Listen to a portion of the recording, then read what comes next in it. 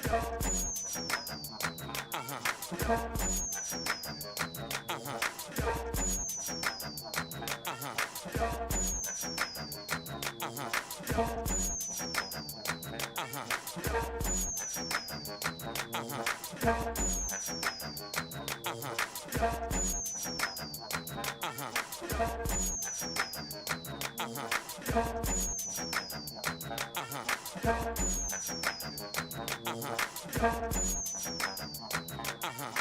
morning, everybody, and welcome. It's the Front Porch, WBOK 1230 AM. What New Orleans is talking about. All day long. I'm your host, Braylon Bryant Bank. And I'm your host, Kimber White Dupree. Good morning. I'm one of your co-hosts today, Kennedy Shanks. And that's Brother Nyron on the other side of the glass, y'all. Bringing it to you right here on this 16th day of April, 2025. Thank you for joining us as we begin today's broadcast of the Front Porch from the historic campus of Xavier University, from our studios right here at the foot of the overpass on South Norman C. Francis Parkway. So you know we home. www.wbok1230.com is the address. If you want to stop on by, you're welcome to do so. Grab yourself a comfortable chair, a mug, or a tumbler of your favorite frosty or steamy adult beverage. Mind your manners. Say good morning. Kick it with us for the next 3 hours as we continue to examine this world through a 504 focused scope. And of course, the top ranking, a number one way we love to hear from each and every one of y'all is the WBOK 1230 AM Talk Line. 504-582-9422 is the number. So holler at your people. Let us know what's going on. Good morning, ladies. Good morning. Good morning. How y'all doing? I feel like that was good morning, Charlie. Who's Charlie? You know, Charlie's Angels. Oh, Just now, I felt like it was like, good morning, Charlie. I'm like, wow, that was in unison. Yeah, I just felt that came off that way pretty just now. cool. I take that comparison. Charlie was Charlie. Who Charlie, played him? Yeah, because they never showed Charlie's face. Charlie was a voice. Right. Charlie was a voice. I think that was. Is that Tom Bosley? No, it wasn't Tom Bosley. Bosley was the Bosley was the guy assistant. who worked. Yes. Yeah. Who was the voice of Charlie and Charlie's Angels? I have. He had a good voice though. Yeah. Whoever the cat was. Yeah. Shouts out to whoever you are. We gonna find out. My goodness. The original. Yes. Yeah, the original Charlie's Angels. Because later on there was, some spinoffs and redos and different things like that. But John Forsythe John was Forsythe. the original one. I can see that from Dynasty. He's an actor. He's one of the guys who would be described as patrician. Oh, Yeah. yes. You remember his? From though. He's been in a whole lot of stuff. Everywhere. Yeah, he had been in a whole lot of stuff. He was Falcon Crest Dynasty. That whole thing, Falcon Crest. He has a lot of movies. He is. He's always that's what they would call him, patrician. White hair. And that whole European, The Colby's Dynasty, the Colby Dynasty, yes, Bachelor Father, Charlie's Angels. I mean, he has a long, and I think he had a cameo in Charlie's Angels Full Throttle in 2003. Okay, that was the second one. That So probably yeah, was no, a nice lick fun. Yeah, he's been. Is he still with us? No. Okay, he transitioned. Let me see, in 2010. In 2010, okay. Yeah. All right. From 1918, he almost was 100. Dude. From 1918, yeah. Woo. Yeah, so he Shout out had a him. very, very, a good run. yeah. January 29th, 1918 to April 1st, 2010. Wow. Yeah, that's a long run. Lord, for give me that, please. Amen. Yeah. Please. Amen. Yeah. That's John. Thank you for that. That's a pretty good No, comparison. it really didn't feel like that. Well, y'all are angel-like. Well, there's a balance of stuff. Yes, I'm just I human. would always say better an angel than the saint. Yeah. See, Real. That's better an angel than the saint, Yeah. because the angels were given some leeway in understanding that there was some humanness in them. So yeah. Remember we went down that whole rabbit hole of the hierarchy of angels and Cherubim. cherubs and Mhm. archangels and all of the Archangels. different Really? things. Yes. And And remember what we found out? thought were the higher That's right. of were not. They were lower on the totem pole. So Oh That's right. wow. that was an interesting thing. The Yeah. cherubim, which most people associate with Valentine. Valentine's. The, Mhm. the little angel with Yeah, the the heart Cupid's and, bow. yeah, Cupid. That's Mm. cherubim. But they the highest part. They the Right. dog. We thought they were closer to Regular. human. Yes. Because Oh yeah. if you're Yeah. hitting people with arrows, Yeah, you That's got to be human-like. exposed to them. right. Exactly. Right. But no, they are high up Yeah. in the hierarchy. And the archangels is next to us. The one Right. that They goes were with the close. I ballers. thought because that's Mike. Like Michael was Like an Michael. right. Michael was Yeah. an Michael. archangel. I thought because of the work that he did, he would have been higher up on the ladder, and he wasn't. Wasn't? He isn't. Archangels are closer to human. Closer to humans. I did not on the know high. this. Yeah. Now I got to do my research. See, that's how it happened on the At porch, this man. at this Catholic university, Exactly. right? This Catholic university. Hilarious. Jesus. That's how it Hilarious. happens on the porch, man. You know, when you want to know, yes, you Yeah. find out, dive That's down real. in there, and that was interesting, man. That was interesting. Because it was like, huh? I didn't. Yeah, What?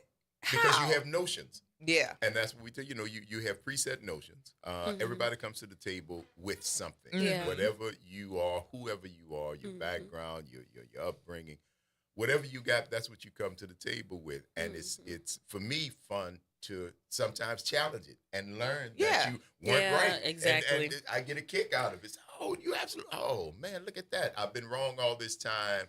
Strongly wrong, but it's not that I got no big discussions about Yeah. the hierarchy of angels and whatnot. But Mhm. I thought I had it in the right order. Based on what your exposure to it, Based on you what- had right, your based on own your background. conception. That's So right. like that's that. But I don't know. Do they teach that in Catholicism? Like, do you need to know all of that?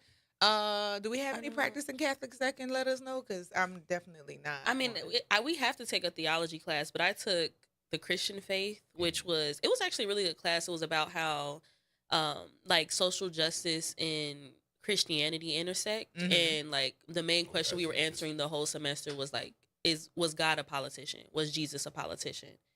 And that was deep. Yes. Yeah, but I mean, Catholicism wise, no. Yeah, so no. Okay. No, it was very worldly, if I can say that. But I mean, if you look at religion Mhm. over the course of time, Christianity has moved with world views. Yeah. And I mean, especially with the stance of the most recent popes, their idea about things that humans who practice Christianity have said, "Oh, we absolutely are not doing this," and they're like, "No, this is actually Mhm. okay. This is like a human situation." Exactly. Those things change. Mhm. Those things change. I can't say that of all faiths because there's some that have not. But even if you pay attention to people who practice the Muslim faith, over time they found ways to Mhm. make adjustments for today's world. So Yeah. yeah, I think that makes sense. Yeah, I think it for a long time though they actually shaped worldview. They didn't follow it. They made it. Yeah. The church they want Mhm. they that's after the Council of Nicaea and all that rest of that stuff when they decided this is the way we need to make the world work. Mhm. That was the beginnings of politics. That was long past the Christ. Mhm. Yeah. That was long. You cannot attribute. I would say that no, there's no way in the world how you gonna know. That's man. That's free Yeah. will. That's what you got. Mhm. But that's not the Christ, because that wasn't the case until long after he had done everything that now you praise. Mhm. The life, miracles, the death, the arising, and that's what you pray. He was long gone by the time y'all came around to say, let's codify that. Mhm. Let's put that together, and so at Yeah. that point, that's when men Mhm. were Decided. sitting around. Yeah. That's exactly. right. Men were sitting around. So yeah, don't attribute your bad behavior to the Lord. Real. Yeah, that was. I'm like that because Yeah, I'm like that because God was like that. No. well, not No. just that. Like the thing that always catches me up is when people always say, just pray for him. That's only a man. And it's like, but yeah, we all have responsibility. We all have personal choice. And this man has made a personal choice that has gone against what you say God says you're supposed to do. Yeah. So let's reconcile those things. And still, pray for that they will do better, but stop using that as a reason to excuse the bad behavior. Like that has always gotten under my skin. And that's one of the reasons that I've been not until y'all figure out a way to reconcile these things. I can't stand firm on what you're saying because it's not equally applied. Yeah. There's she's just the woman. There's never that. Okay. Well, just can't get people. And get it over with and get out the position that I need to judge, that I need to feel, in order for me to feel good about myself, I got to knock somebody else down. That's where all that comes from me. Because I don't need to do that, man or woman. And if we just that's the whole thing, man. It's the idea that my way is the right way, it's the only way, and if nobody else does it my way, we fight wars. We feel like that, absolutely. And, but it's not necessary. I like this. It's the Front Porch, y'all. WBOK 1230 AM. What New Orleans is talking about all day long. Stick and stay, y'all. Bad cheering Wednesday, hump day, middle of the week. Don't go nowhere. We shall return, and we'll see you on the other side of the break.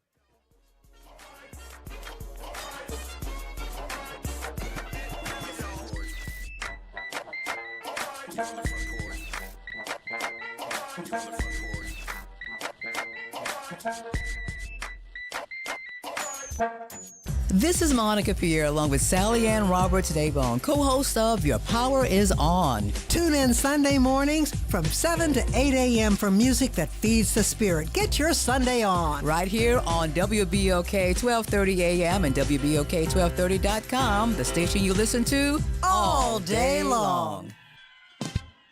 A star-studded lineup will unite in support of music education at the 2025 Jazz Heritage Gala on Wednesday, April 23rd at Generations Hall. The gala will feature iconic performances by the Ohio Players, John Clary and the Absolute Monster Gentlemen, Niger Kojo and the Lanyap Section, and more. To celebrate a grand start to Jazz Fest, reserve your tickets at jazzandheritage.org. Do you know what United Way can do for you and your community? Find out by listening to United Way and You every Thursday at noon on WBOK 1230. United Way continues to fight for the most vulnerable members of the community. Find out how this Thursday and every Thursday at noon. Making a difference in the community. WBOK 1230 AM. You're on the Front Porch with WBOK 1230 AM.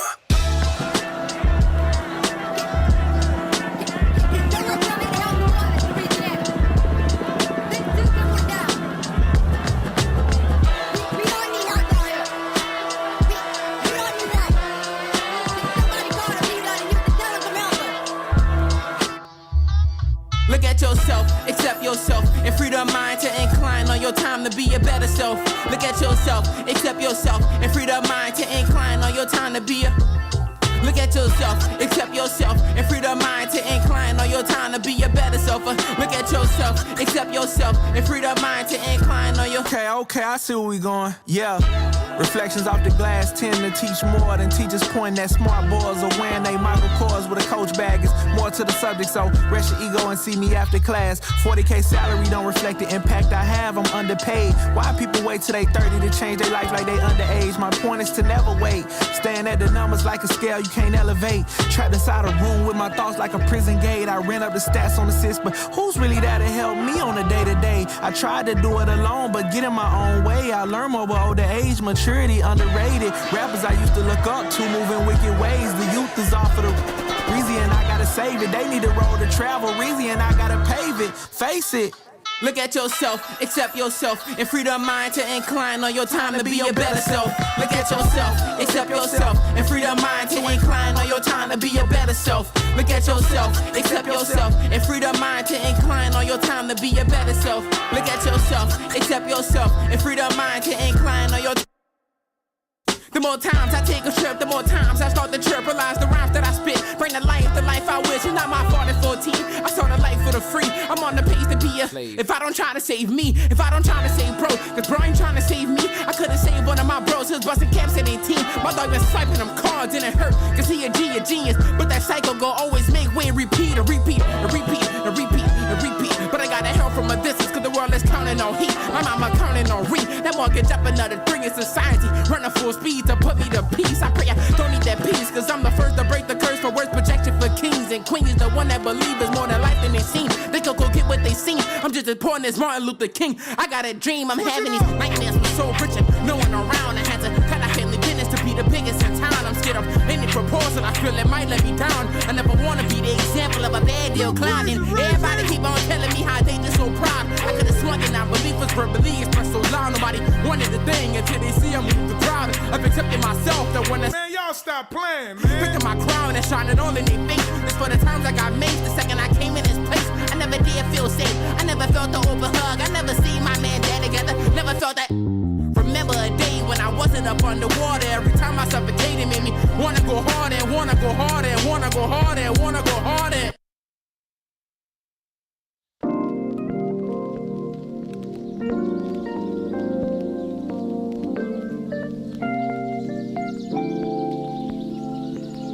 To all the viewers, make sure you have a great day, be the spark, and make sure to spread kindness. Look at yourself, accept yourself. See the mind, take time, and it's time to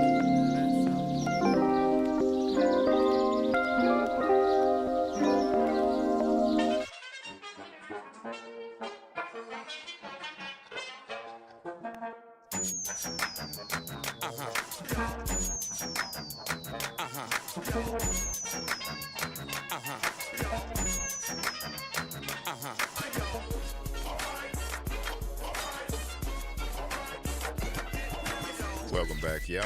It's the Front Porch. WBOK 1230 AM. What New Orleans is talking about. All day long. I'm your host, Graylin Bryant Banks. And I'm your host, Kimber White Dupree. Hey, y'all. And I'm one of your co-hosts today, Kennedy Shanks. And that's Brother Nyron on the other side of the glass. Bring you a little local flavor, huh? That's Yes. nice. Lil Reezy. Who else was that with him on that track? Thomas Austin. Thomas Austin. Lil Reezy is a Front Porch veteran. He is he's been on the show when he was pushing his music maybe about a year ago. He and his dad, Mr. Super Fantastic, were on the show. That's right. And I want to say he had a record release party or album release party within the last 2 weekends. Shout out to the Salahuddin family.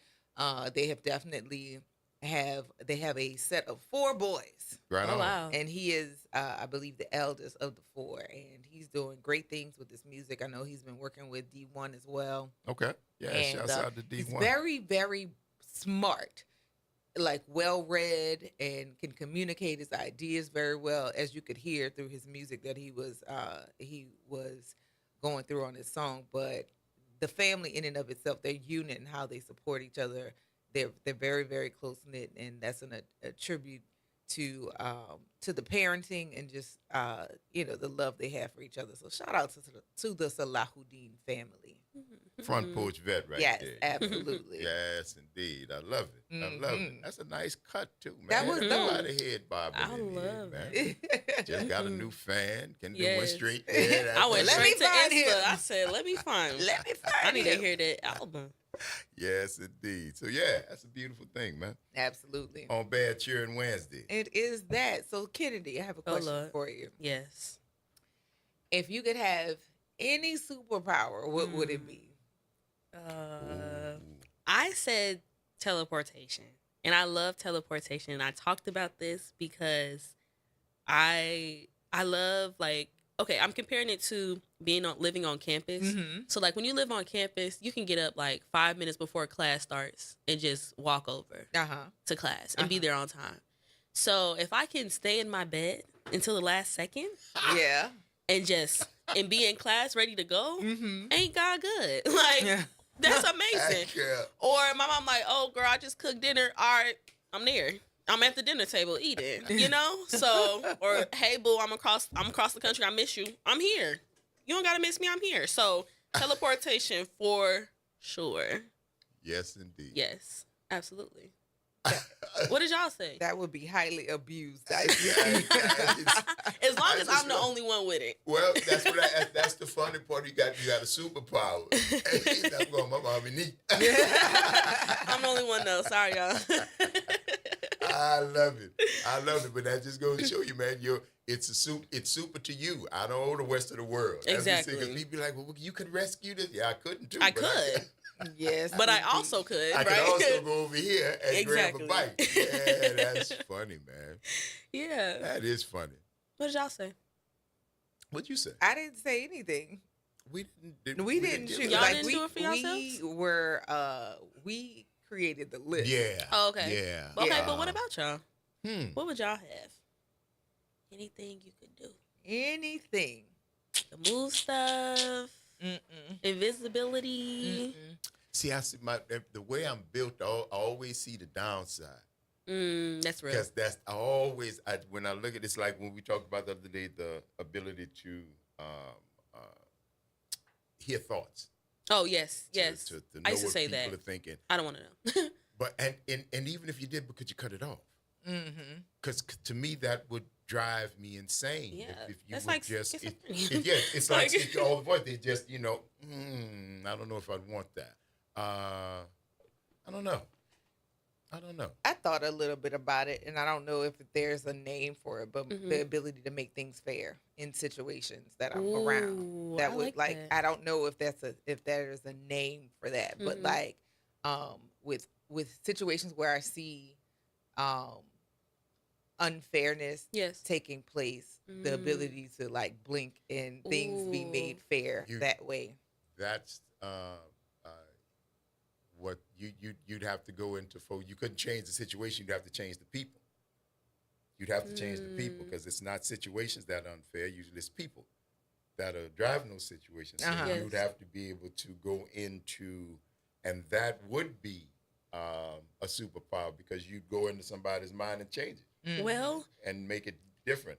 That's what but not mind control so much. Yeah, but I wouldn't want that. Like I wouldn't want the ability to like manipulate people's mind. But you do. But that's what that is because if fair what and about the unfair action? human constructs. So like what about the action? So like consider like if somebody is paying for something on the street and instead of paying with the price, they shorted the person, but where they paid it in, like they were forced to pay it anyway. Like they had planned to short them people and they still paid it anyway. So changing your action, not necessarily your mind, because in your mind you still shorting them people, but you still paying them. Yeah. You know what I'm saying? Like I wanted to bring that up because I know y'all probably don't watch Black Mirror. It's a series on Netflix. Black Mirror. Oh my gosh! Are you kidding me? Did you see the new season? I saw the whole So thing. this goes into Petite Noir about how the girl was changing reality and how like if something wasn't true before, she'll be like, "Oh no, it's Barney's instead of Bernie's," or "This was $5. No, I'm only paying $4, and now you're only paying $4." And it's had me thinking about that, about like one, how dangerous that is, but like. Well, one, put into the wrong hands, that's dangerous. But that's kind of like what you were saying about being able to make things fair. That was like the opposite. Because everything that she was doing was making things fair for her only. And like killing everyone else around her because they were like bullying her. So she was getting revenge by changing their reality. And see, that's not the thing that I want, right? Yeah. I don't want to necessarily cause you harm. But I also don't want you to cause somebody else harm. Yeah. So that's why it's so... I love this. That's it. You can't tell. You don't want to cause harm, but you got a superpower. You got a superpower. And every action draws another reaction. What you change because of who you are, and we talked about that, what you bring to the table, your own set of values, your own set of things that make you who you are. That's what you bring. So when you look to change something, you're changing it from their system to yours. You're changing it because the only thing that you can judge it on is what you bring. So you are now changing it from theirs to yours. Yours, comes with some pushback. Mm-hmm. So if they're changed to yours, their life now pushback, but the pushback in their instance causes their demise. Mm-hmm. That's a black mirror. That's the whole idea Mind that, yeah, control. you can do it, but you got to be careful because if you change any one thing, you change everything. It's a, what is it, snowball effect type of thing? You cannot change one thing without changing everything. It's just you can't. And that's what the show was. That's And what I think happens. the funniest part was when the girl said, "Oh, I have a nut allergy. I would never drink almond milk." So like it was in a situation somebody drank someone else's almond milk in like the office, and the girl, her name was Verenity or something, or Verity. Verity. And she was Verity. like, and that I noticed that You too. know, yeah, true. Verity. And Yeah, she she has like this pendant, and when she presses it and she says like, you know, when she changes anything, so she was like, I didn't drink the milk, even though she really did. And then when they got to the video, they're like, no, pull up the video. Like, I didn't drink the milk. I have a nut allergy. And she's like, I guess she says like, oh, that's not real. So then they're like, nut allergy? What is a nut allergy? I've never heard of that before. Like, So now she ended up killing the girl. well, no, because she didn't drink it, but it she was didn't in the drink it, but situation. Y'all don't, go watch Black Mirror. Please watch that episode. Like, if you don't watch Well- anything else, watch Petit Noir. Yeah. That was a really good episode. It's in season 7. I think it's like episode 6, Yeah. 5 or 6 or something like that. That's interesting. Please It watch is. it. It's like if you're a fan of Twilight Zone, Yeah. the old one and the new one, because you know my man made some new ones. Keenan, not Keenan, the other comedian, Key and Peele.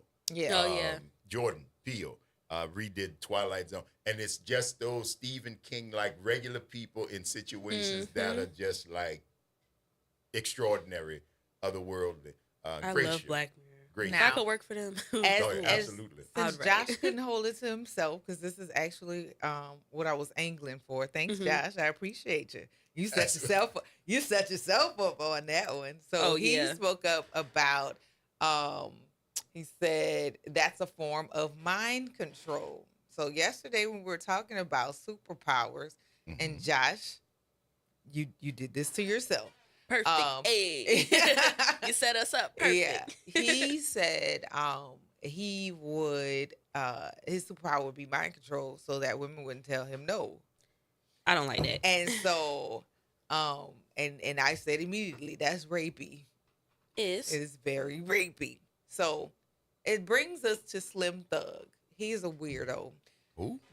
Slim Thug. Just agree this is some random dude and say, okay, because you know a guy like this. Don't worry about the specifics of this person. He's Okay. just a regular old knuckle dragger. Anyway, he was talking about the fact that Meg the Stallion danced to 2 of his songs at Coachella, because this weekend she performed at Coachella, which was a pretty cool set. She brought out Queen Latifah, That Sierra, was nice. Victoria Monet, and of course, just Meg the Stallion is high energy in her dancing and performing. It was a really, really good set. And then he said that because she danced to 2 of his songs, and that she brought him out when she performed in Houston, that she was saying, "Come get me, daddy." Mm. And Man. on the heels of him saying, women who are wearing athletic wear that's tight or short shorts without giving nobody none is not right. And it's like, again, the whole piece of mind control, Mhm. even though what he said, I mean, you know, it was funny, but like Yeah. rapey no. funny still. Yeah. Because there's a normalized culture that Mhm. women are required to give you their bodies If they're just dressed because a you certain want. way or rap a certain Just because way. you want. Yeah. I want her. So that means she has to capitulate to that. No, absolutely not. So that mind control thing was just like, no, that's rapey. Yeah, no. That's rapey. Because that's you living in a perfect world that benefits yourself at the cost of someone else. Mhm. Like what we were just talking about. Right. So, That's exactly what we were talking Yeah. about. Like, It's yeah. the same and thing. that's why it can go wrong. That's why Yes. That's why it can go wrong. It's the same. Anytime that happens, that's what you get. That's the same thing. Mm-hmm. It's the same thing because it all goes back to the bringer. You bring what you bring. You bring what you bring. And just like the girl in Gertz, her early life had been chock full of unfairness and ostracizing and being talked about and rumors and all this kind of stuff. Exactly. And that built who she was, just like anybody else. Whatever you are, you bring to the table. And if you got the power to manipulate any situation, it's going to be manipulated from the foundation of who you are, good, bad, and different. That's for you to decide. That ain't for me to say. But you know who you are. So when you get there, I'm telling you, and the thing that you have to remember about this whole thing is you cannot change one thing without changing everything. Exactly. It does not work that way. Change one thing, everything changes. It's the continuum. You can't get around it. No. People say, "Well, man, if I would have made a left and I'd have made a right, we wouldn't be having this conversation because you might not be here. Exactly. You might not be here. If you'd have made a left, you might have got hit by a bus and that would have been into your story. Or you could have got married, moved away, $1 million, and we still wouldn't have been in touch. Exactly. You can't change one thing without changing everything. But the idea of it, and that's why I guess the idea of superpowers and seeing it in movies and different things like that, it's attractive because it gives people a sense of, man, if I could power. Power, if I could get that, I would make the world fair. Nah. But fair according to who? Until it benefits you. Fair according to, and it's not an indictment. It's just a reality. When you say fair, what do I always say? First, let's define. Right. Fair. So, and I was thinking about that. I thought about that a lot in terms of making things fair, right? So as a teacher, oftentimes I see things that kids do to each other. So like, let's say somebody one kid hits another kid and that kid retaliates. Yeah, I'm probably not going to take action on that because you hit, you got a reaction. Now walk away, leave it alone, right? Yeah. That's fair because you did something, they responded, you know, or if, and this is also why I don't give extra stuff because that's not fair to other kids. Like, can you give me extra credit? Or if I give you extra credit, I have to give it to in order to be fair and cover everybody. So I have had things done to me that were unfair, but I still view things in terms of keeping things. Because it doesn't change you. Right. Exactly. It doesn't change you. And so, like, in terms of if you have male and female, fairness based on ability, fairness based on fair. Yeah. Fair if it's fair. See that because if you can't do a task, it's unfair for me to say you have to do things. Yeah. But where you can't do this task, you can do this task while this person takes care of this other task. That makes things fair. So that's like the frame of thinking that I'm thinking in terms of fairness, not oh, well, I've been taken advantage of and I'm going to right the wrong that happened to me by making this happen to you. Not consciously. Not consciously, no. But you will. It won't be deliberate, but you can't get away from who you are. Real. You can't, you're not. It's not a deliberate vindictiveness. That's not what I'm saying. But your idea of fair comes from who you are. And what you see as fair, somebody else might have a very fine argument based on who they are, why it's not. And that piece is part of what we have an issue with right now in this country. Because white people feel like us getting a fair shot at things is lessening their ability to have a fair shot. It's not and pie. At the end of it Obama all, told him that. It's not pie. At the end of it all, no, it's not unfair for me to get a shot for something that you actually can't do. Exactly. And that is the real world and not superpower. That's what's happening right now.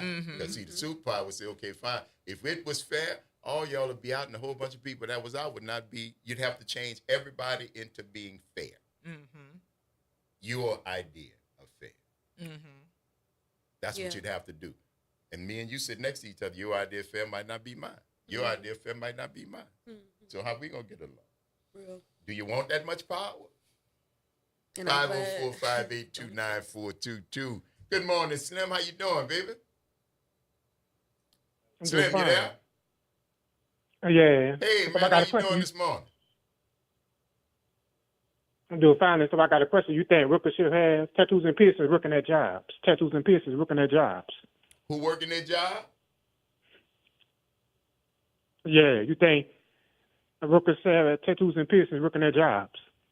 People who get tattoos and piercings and working at jobs? Yeah. You think? Yeah, it depends on the job, man. I've been on movie sets with folks with tattoos, piercings, and all kind of stuff. Lots, and they know everything. So it should be dependent on your ability, Slim. Can you do the job? That's the only question. Can you do the job? And if you can do the job, let the man give a shot. If the girl think, Say again? I'm trying to find out you should. I'm trying to ask the girl, you think that people should have tattoos and piercings? I'm asking the girl. Oh, well, if they got them, bro, and they can do what they need to do, Slim, I say get tatted and pierced up. Man, woman, long as you ain't doing it to nobody that don't want it done, or you don't have permission or old enough to say you want it. I'm missing the girl. You mentioned the girls? Yes, the girl should have. Yes, anybody who has tattoos and piercings, as long as they're able to do their job, I think they should be able to have those adornments. Absolutely.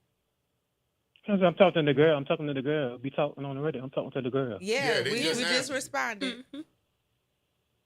Oh, All right, then. All right, Slim, thank you for calling and thank you for listening, baby. You Okay, take all right, care. bye. Yeah, you're right.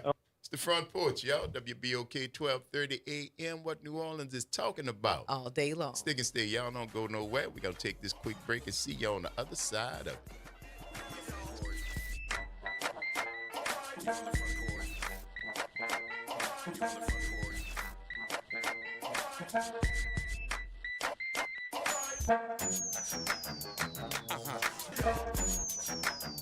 This is your news update for WBOK from WDSU.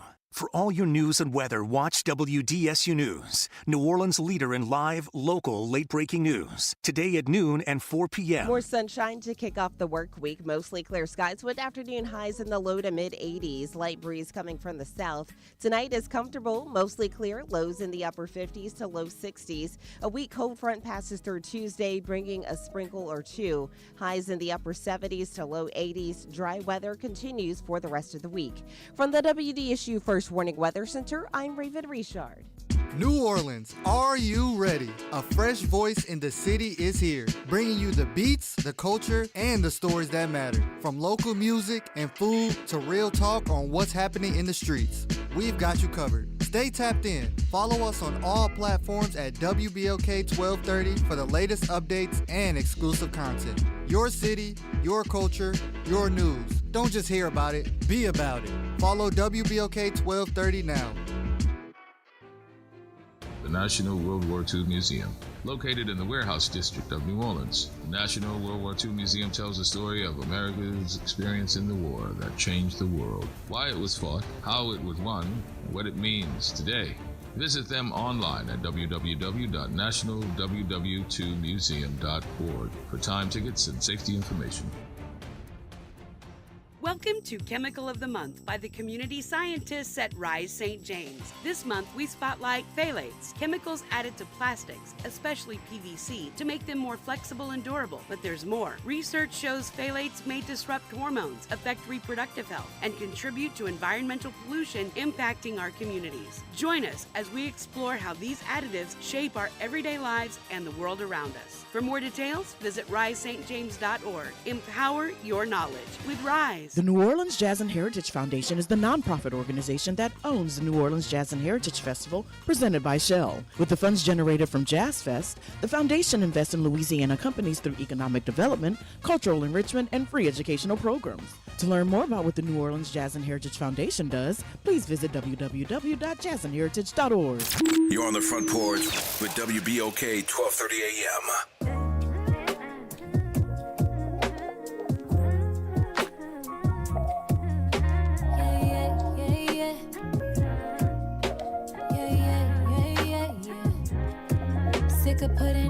egotistical. Niggas on a pedestal, all up in a woman's business. Worry about your revenue, always think you know it all. You don't know what's best for you. Why you scared of therapy? Probably can't accept the truth. Ain't man enough to right your wrongs. Bless your money like we can't see all them ones. Always at the club but can't pick up your son. All them hoes can't even make them come. Let's talk about it. Let's talk about it. Let's talk about it. Let's talk about it. Let's talk about it. Let's talk about it. Let's talk about it. Yeah, yeah, yeah, yeah.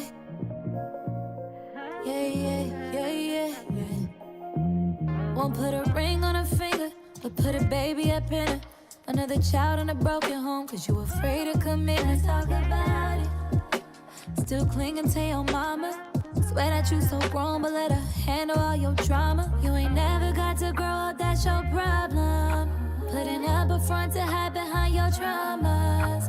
Taking all your anger out on me won't solve them. Had a real one by your side, but you just lost one. Let's talk about it. Ooh, let's talk about it. Let's talk about it, baby. Let's talk about it. Let's talk about it, baby. Let's talk about it. Let's talk about it, baby. Yeah, yeah, yeah, yeah. Yeah, yeah, yeah, yeah, yeah, yeah.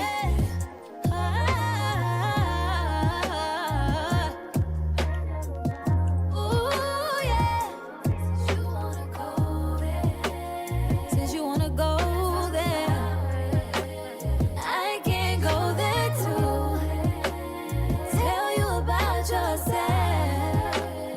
Somebody had to tell you. Ain't tryna hit a little bell, Front Porch, WBOK 1230 AM. What New Orleans is talking about all day long. I'm your host, Graylin Bryant. And I'm your host, Kimber White Dupree. Hey, y'all. I'm one of your co-hosts today, Kennedy Shanks. And that's Brother Nyron on the other side of the glass. Bad cheering Wednesday. It is that. Mark say, who is that, Nyron? Tell him who that is, Kennedy. That is Queen Naja. Her song, Let's Talk About It. Y'all should check her out. There you go. Started off as a TikTok sensation. Yes. And now making Really? music. TikTok and social media. TikTok and social media. I'll be learning from the kids. Man. Did she have like YouTube or something? Was she with a guy or Child, a certain do we need to go into that? Yes. I'm just curious. I've heard the name, but she was with Chris, and then they broke up, and now she's with Clarence, and she made medicine and all that. Had a new baby, and actually now she's still in the tabloids because she's been with Clarence. I think their baby's Another like 5. And another C. Another C. Yeah, and then Chris, they baby Clarence and you got baby Chris, and now he's talking about I'm gonna marry her when I want to, but like how long is too long, y'all? Well, that's not up to us. That's not up to us. Let me tell you not something. Not if he embarrassing you on social media. Everybody, but then why would you want to marry him if he's embarrassing you Queen on Naja social media? I'm gonna be honest. Like, everybody has their limitations or whatever, and for me as a young person, you got 2 years. Yeah. You got 2 years. If you don't know what to do with me in 2 years, I know what to do with me. It's cool. I'm not mad. I'm not going to, argue with you and give you no ultimatum. Yeah. 2 years is all you got. And I have walked away from relationships like that. And it's not like I'm not mad. It's just like, you're not going to waste my time. You're not going to waste my young life. That too. That too. You're not going to waste my young life. Oh, no. Yeah. We're not doing that. My friends and I talked about that. 2 years. If I'm not seeing the finish line at 1.5, you're not seeing me at 1.75. Okay, it's about time to roll out. And then these people that are like fiancés and girlfriends for 10 years, like that's y'all threshold is a little longer than mine. My threshold, and I don't get the whole like, oh, we have an understanding. Like, girl, understanding what? That you gonna pretend like you don't see and you ain't gonna ask and he ain't gonna tell. If you don't get out my face with that foolishness, like, I don't play house. Sorry, I ain't gonna be able to do it. I ain't gonna be able to do it. Listen, for some people, they have those thresholds, and that's cool for y'all. I ain't judging. That's cute for you. Yeah, I ain't gonna be able to do it, but I'm not judging because you're not using any of my time. Real, you're not using up my youth. You know what I'm saying? So it's cool if that's what you want, but also don't ask me how I feel about it. Because I'm going to tell you the truth. I'm going to tell you my truth. My truth. That may not be yours. Truth, and I'm okay with that. Yeah, I'm a little traditional in that sense. Thank you, Mom, Dad. Like, Nah. What do you mean traditional in that sense? Like getting married. Like I know I have a lot of friends that don't want to get married, and a lot of friends that don't want to be mothers either.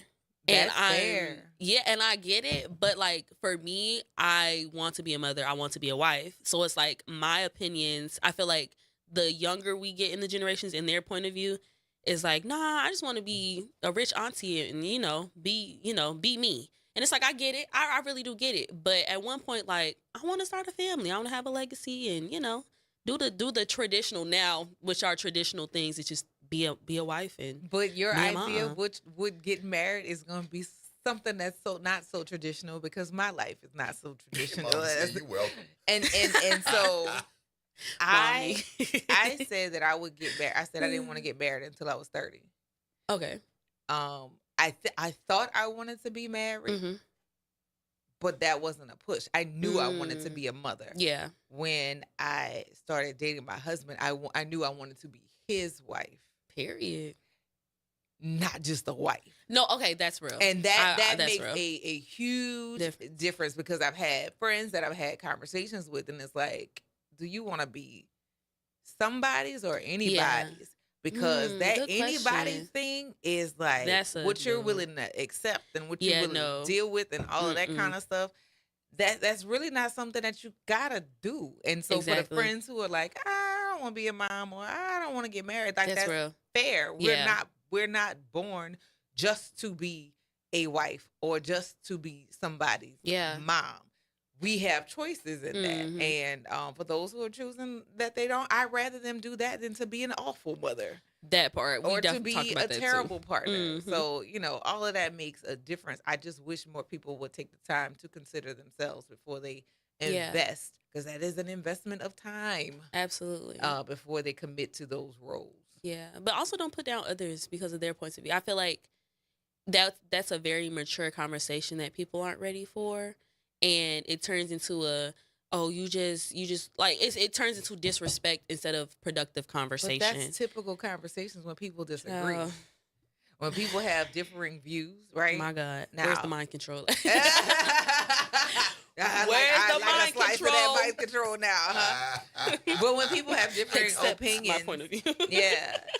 When people have differing opinions, that often can become disrespectful. Like absolutely for conversations even that we've had on the front porch. Like I have definitely tempered myself to not go at people's necks on what I know, certain information I know about you. Like please don't do that with me when you're challenging and all you have to do now is to engage in personalities. Because if I go there, you're gonna be sad at me. Exactly. But yeah, no, I think it's fair for men who decide that they don't want to have kids and are responsible about how they engage with people sexually to make sure they don't have kids versus the people or the guys who say, I don't want no baby.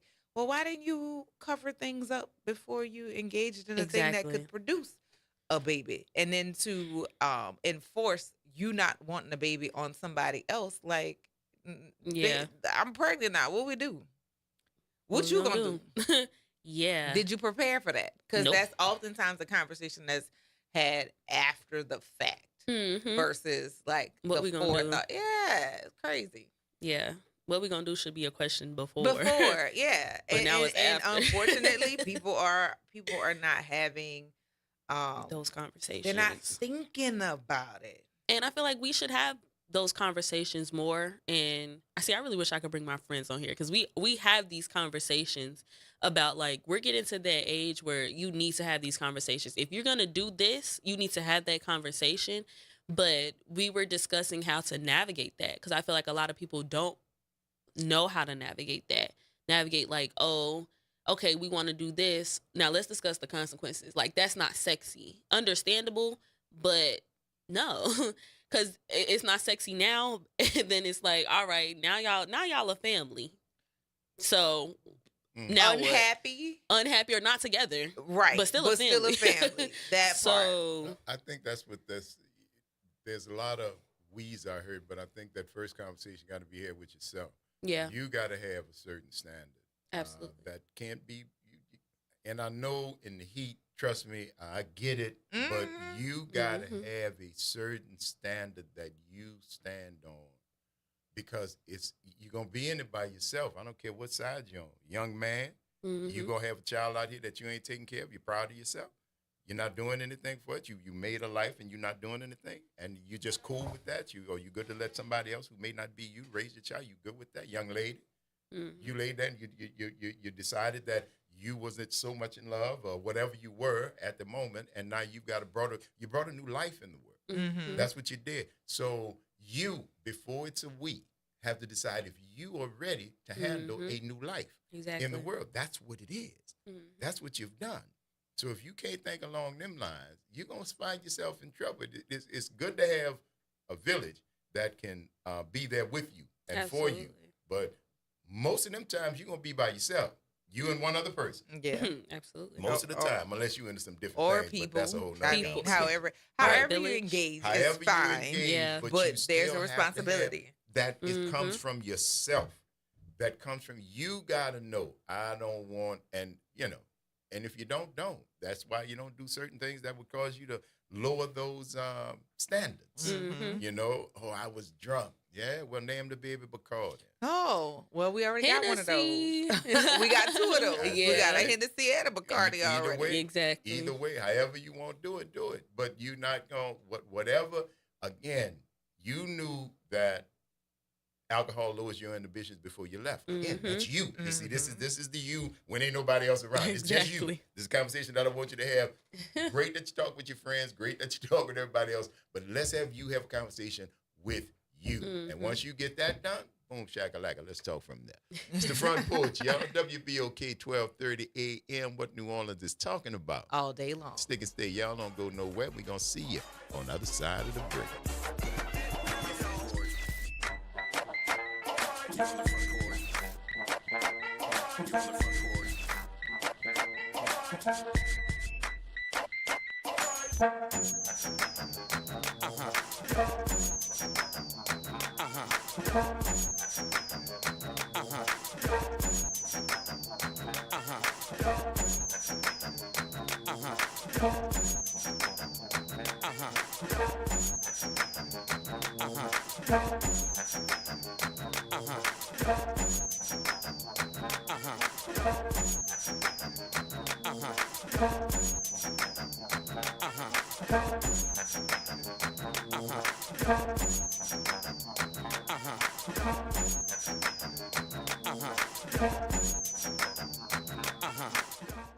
From the campus of Xavier University, WBOK Go and Equity Media Station. This news report is brought to you by New Schools for New Orleans.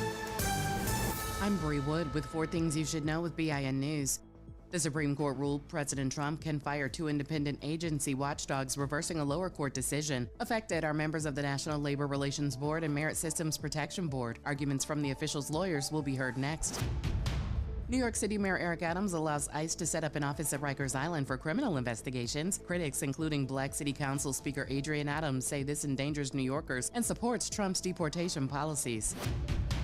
Transgender pilot Joe Ellis sues conservative influencer Matt Wallace for falsely linking her to the D.C. plane crash that killed 67 people. Wallace's viral posts led Ellis to fear for her safety, requiring private security. And a Minecraft movie is set to dominate the box office again, expected to make $65 to $82 million this weekend. It debuted with $162 million, the best opening of the year. Get BIN News on demand 24/7 on the iHeartRadio app. New Schools for New Orleans is committed to celebrating the hard-working teachers of New Orleans Public Schools. Join us at the 4th annual NOLA Teacher Fest, sponsored by the All-State Sugar Bowl New Orleans teacher community. The NOLA Teacher Fest is happening Friday, May 2nd at Champion Square from 4 to 7 p.m. The fest is open to teachers, paraprofessionals, deans, coaches, counselors, and other school support staff. Visit our website to learn more and RSVP, www.newschoolsforneworleans.org. You're on the Front Porch with WBOK 1230 AM.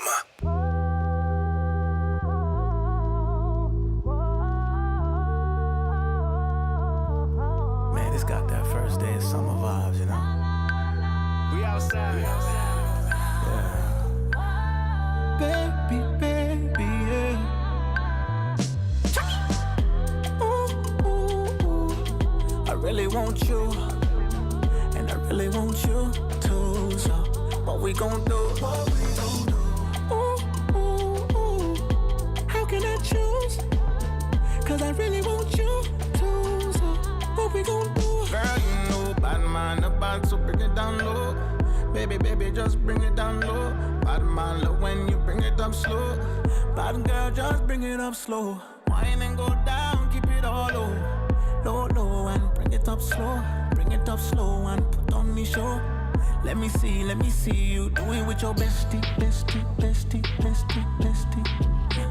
And you could bring your bestie, bestie, bestie, bestie, bestie.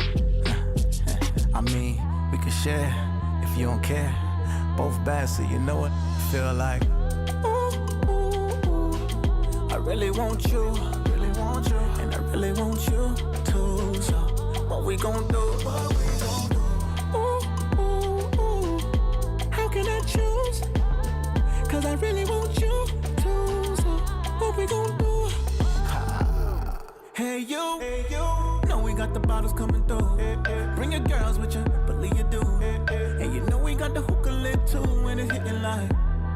Hey you, shots here for the whole crew. That 42 put you right up in your mood. About to roll soon, baby, what's the move? Is you gon' be your bestie, bestie, bestie, bestie, bestie? Oh, you and your bestie, bestie, bestie, bestie, bestie. I mean, we could share if you don't care. Both bad, so you know what I feel like.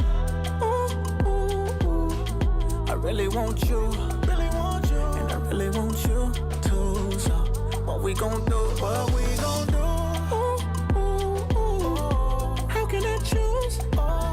Cause I really want you too. So what we gon' do? Girl, you know bad man about, so bring it down low. Baby, baby, just bring it down low. Bad man love when you bring it up slow.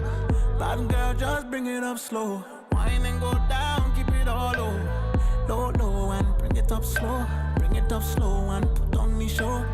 Let me see you do it with your bestie, bestie, bestie, bestie, bestie.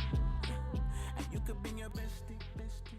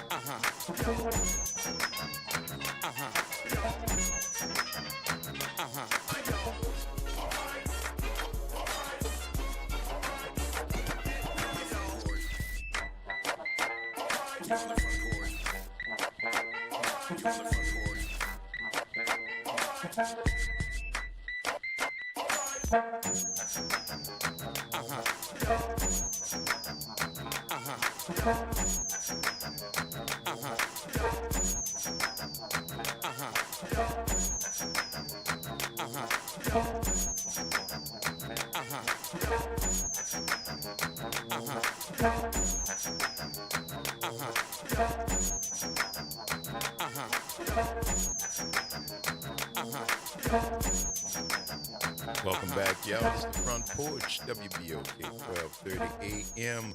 What New Orleans is talking about all day long. I'm your host, Graylin Brian Banks. And I'm your host, Kimber White Dupree. Hey, y'all. Today, Kennedy Shanks. And that's Brother Nyron on the other side of the glass, y'all. Thank you for rolling with us as we move into this second hour of today's broadcast of the Front Porch, continuing from the idyllic campus of Xavier University from our studios right here at the foot of the overpass on South Norman C. Francis Parkway. www.wbok1230.com is the address. Hit us up on the talk line. 504-582-9422 is the number right here on this Bad Churn Wednesday. Talking about superpowers and what y'all to do, and Black Mirror, so be careful. Mm-hmm. The devil, there's a reason that old saying is around. The devil is in the details. Oh, I know a song just The devil is in the details. Yeah. So you got to make sure Faustian promises and the idea that you would get just what you asked for. It's like so many stories have been done. The monkey paw. You ever heard the story about the monkey's paw and the magic monkey paw? I thought the monkey paw was a fighting hand thingy. Oh, you think about it like Kung Fu movies? Yeah. The monkey fist. Oh. No. The monkey Not paw quite. is a cautionary tale. It's an old tale about a magic monkey paw. The old parents found this monkey's paw and was granted 3 wishes, and they wished that their son, they had one son, and they wished that he would be prosperous and be good. And the son came home, told him he had gotten a job at the mill, right? And he started work that same night, and he left and he went to the mill, and they got a call, and they say that he was killed at the mill, mangled, fell in the machine and got all screwed up. So they were crying, and the monkey paw was, talking to him and said, well, look, and mama said, grab the monkey paw, said, I wish my son was still alive, right? And so they got the monkey paw, and the monkey paw, the next thing you know, they heard some footsteps coming up the step. One foot, and it was dragging, one foot was dragging, because you wanted your son still alive, but you didn't ask for him alive like he was before. So he was coming up after the victim of the accident. When the dad realized what was happening, he grabbed the monkey paw, he said, I want him to rest in peace. And so the boy disappeared. And so they were still back at square one, except they were minus their son. They got the monkey paw, and the monkey paw give you 3 wishes, but you didn't realize that the wishes came with a cost. That's why you got to be careful. Cautionary tale. 504-582-9422. Good morning, Pop Jones. How you doing? Oh, I'm doing wonderful, man. The Lord woke me up this morning, started me on my way. Amen. Gave me a little more time. That's right. And I'm thankful for that. Amen. We are too, Pop. Yeah, how's y'all doing? You and Kim doing okay? Doing all right. Good morning. Sir. Okay, that's good news. So look, I heard y'all mention the devil. Do you believe the devil exists, or that just a saying? Oh, I think there is evil. I think evil I think is that real. evil exists. I think the devil gets a lot of credit for what man does. I think that the devil is a manifestation of what men do, evil among each other, and it has become just that. But is there a devil? I don't know if that's the case, but I know that there is evil, and it is real in the world. I believe it is because my faith tells me so. I understand. Yeah, I believe the devil exists. Right on. Now we looking at an administration, Braylon. All they think of is how to hurt the people, and yet, if you don't think it's worse, what about the people that voted for him and support him and give him the money? They're worse than the ones that's doing it. And the ones that's in Congress that you send up there to keep it running, that's not saying anything Yes, to stop him. They're all all that. a minute. But I don't think they're devils. I think they're in some cases evil men. And a lot of them I are don't weak call and them stupid. devils, but they're following evilness. I agree that. And I believe it comes from the devil. Yeah. All right. Hallelujah. Yes, indeed. You got an administration, Grella. All they think about how to hurt people. Yes, sir. Everything now they could pick you up and bring you to a third world country and put you in a prison that you're gonna go to hard labor without a trial, without any evidence. Just say you're criminal, and the ones that's doing it are criminals. But they're the ones who are patriots. That's what the rest of the country say. They're the ones who are making America great again by turning us into 1931 Germany. Or in the 70s in Iraq or Iran when we were back in the show. Yeah. We've seen this before. The key word, we've just done it to other people in their countries. It's just never come here. They say, that's the key word, they say.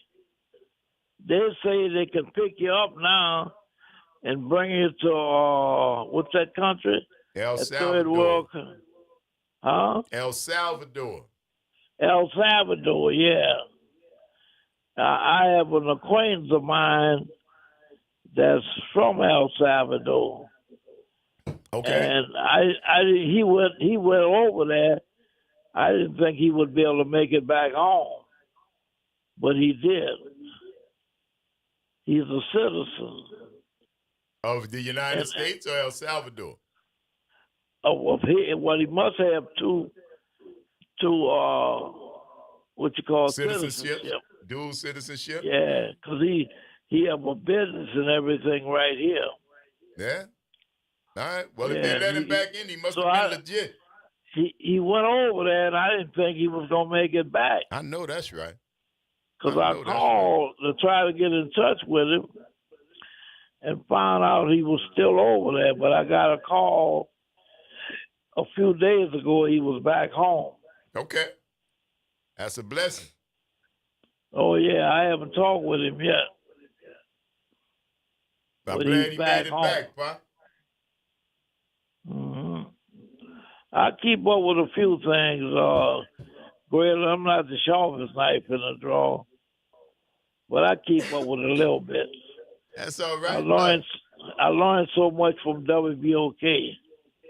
And Listen to you, Graylin, and Kim, G-Man, Dr. Wise, yes, sir. OT, all of them. Everybody that come on. And They we come on with appreciate you. wisdom and knowledge. We appreciate you, That's Pop. why We know I that. know I'm not the sharpest knife in the drawer. Yeah, but you still cutting But- something, no? Yeah. You still Uh-huh. cutting something. I know that. Go ahead on, Gorilla, with your hip stuff. Go ahead on, Boy, Pop. It's I always tell good to you talk to something. you, brother. I always say when I grow up, boy, I want to be hip like Gorilla. Oh, Jesus. Man, this dude know everything. I say, he ahead of his time, man. Yes, Know all the old clubs, the Robin Hood, the Dewdrop, Yes, all sir, the boss. different restaurants. He know everything, man. That's a good life. That's a good life coming Yes, uptown, man. indeed. Great parents, great community. I'm telling you, yes, sir. yeah. I'm blessed, man. I am blessed. I wanna be like you, Greta, when I grow up. You and me both, Pop. You and me both.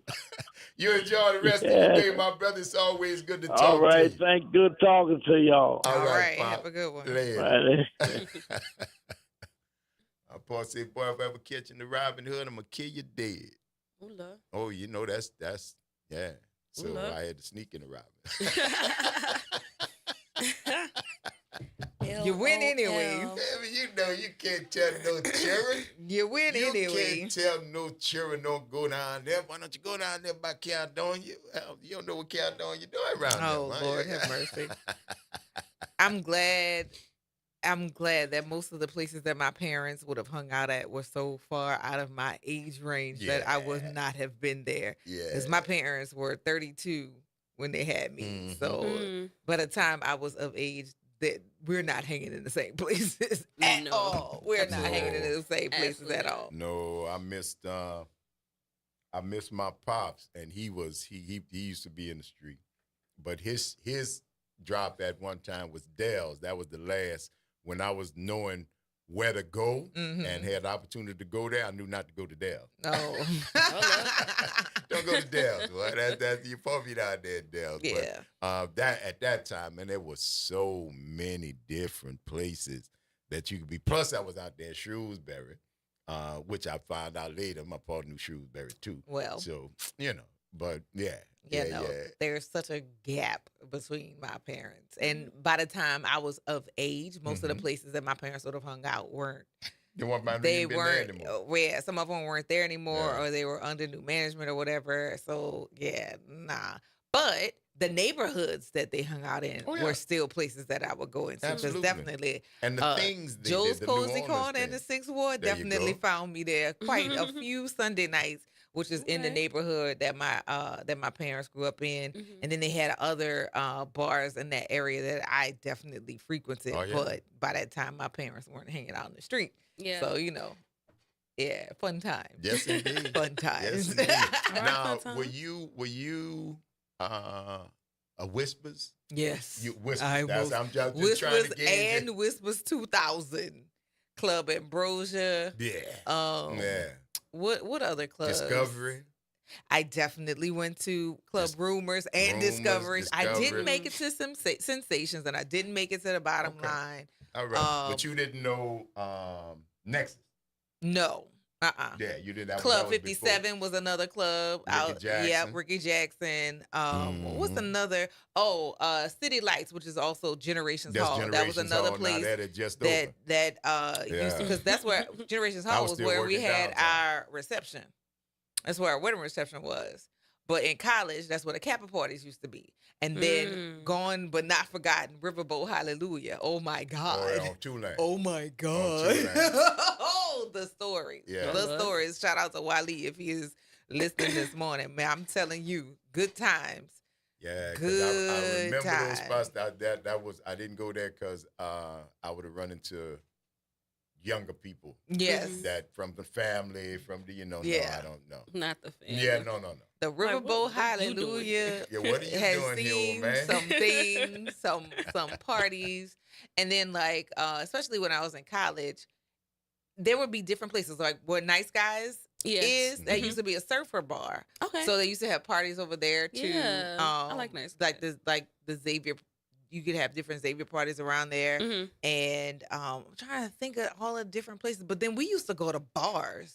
Now, if you could get into a bar, there was a bar where the fire station is near Charity Hospital. I can't think of the street, but it's right. It's that street where if you keep going to the right, you can enter the I-10. But there's a bar that's on the left hand side. Wait, on Poydras? It's not on Poydras. It's on a side street between. But you come in Poydras past Claiborne. If you come in Claiborne interstate? and you make a right, headed to what is that? Where Tulane is on the left and you by Charity? By Charity Hospital. By Charity. Close to the I-10. You know that street goes on that one side way. Street right there. It used to be Robert's Boat. That's where I know. I tell you about the story when your arm got cut off. It's the Front Porch, y'all. WBOK 1230 in the air. What New Orleans is talking about all day long. Don't go nowhere. Y'all stick and stay. Bad cheering Wednesday. We gonna see you on the other side of the break. Yeah.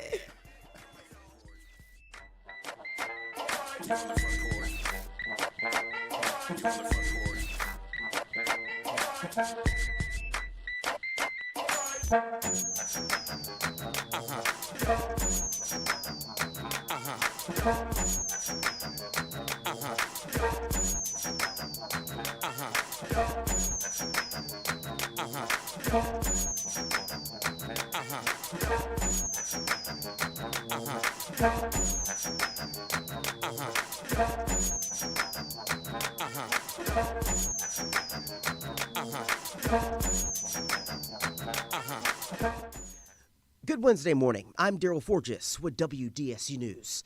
And here's your headlines. Mayor LaToya Cantrell is on the road again, heading back to Washington, D.C. this week for a mayor's conference. City officials announced late last night that Mayor Cantrell is attending the African American Mayors Association Conference, which starts today and ends on Friday. We're told the mayor was named a grant recipient and secured $125,000 for the city. This is Cantrell's second trip since a judge struck down a travel ban for the mayor and all city employees that was put in place by the city council. School officials recovered a gun from a student at John F. Kennedy High School. KIPP New Orleans Schools says a student was detained by security and referred to law enforcement. They found the gun during a screening at the start of the day. The Battled Sewage and Water Board names 2 finalists for its top job. Bethany Bezak currently serves as the City of San Diego's Transportation Department Director. The other finalist is Randy Heyman, who is the current commissioner and CEO of the Philadelphia Water Department. Longtime number 2 in charge, General Superintendent Steve Nelson, did not make the cut. And the Pelicans are finalizing a deal to make Joe Dumars the next executive vice president of basketball operations. Dumars is expected to be introduced to the media next week. And one of the biggest questions he may be asked is what's next for Zion Williamson. Sources say Dumars could represent the team at the upcoming draft lottery on May 12th. I'm Daryl Forges, and that's your headlines for WBOK. Have a great day. This summer, let your child's creativity shine at Camp Art, New Orleans' most vibrant, arts-driven camp experience for kids ages 4 to 12. Hosted by Beyond the Stage, Camp Art blends visual art, theater, music, dance, and creative writing with New Orleans history and culture. Plus, field trips, guest artists, and camper showcases. With full-day programming before and after care and sessions starting June 9th, it's the perfect fit for working parents. Fun, enriching, unforgettable. Register now at beyondthestagellc.com/campart and follow us on social media at Beyond the Stage LLC. Making a difference in the community. WBOK 1230 AM. You're on the front porch with WBOK 1230 AM. Kendrick made you think about it, but he is not your savior.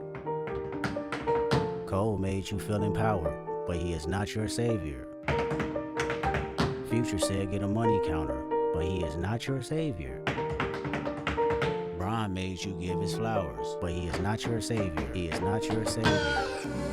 Mr. Morale, give me high five. 2-time sinner, co-defendant, judging my life. Backpedaler, what they say you do to cha-cha. I'ma stand on it, 6'5", from 5'5". Fun fact, I ain't taking back. Like it when they pro-black, but I'm more Kodak black. Tell me where the money at, ayy, where the homies at. Universal call out, I can members only that, ayy. CC, wait a minute, ben aquí, c'est la vie, I tell the whole truth from A to Z, ayy. Show me you real, show me that you bleed, ayy. Hello, crackers, I seen arguing about who's blacker. Even blacked out screens and called it solidarity. Meditating in silence makes you wanna tell on me.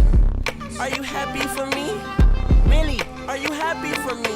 You smile on my face, but are you happy for me? Yeah, I'm out the way. Are you happy for me?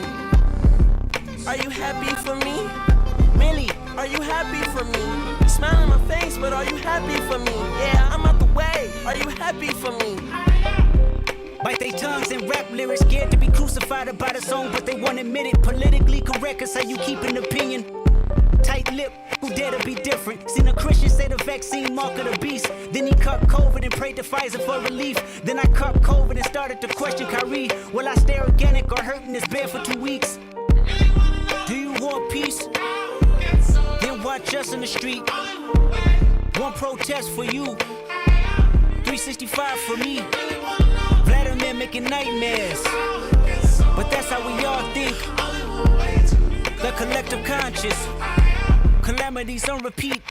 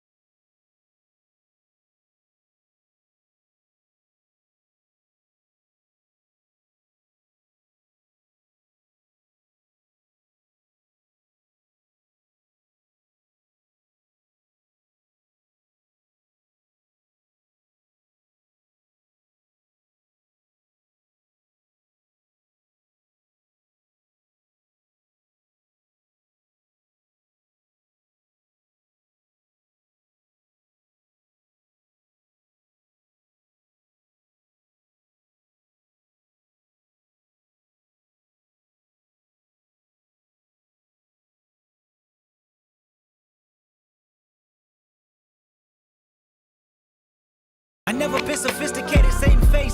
Being manipulative, such a required taste. I rubbed elbows with people that was for the people. They all greedy, I don't care for no public speaking. And they like to wonder where I've been, protecting my soul in the valley of silence.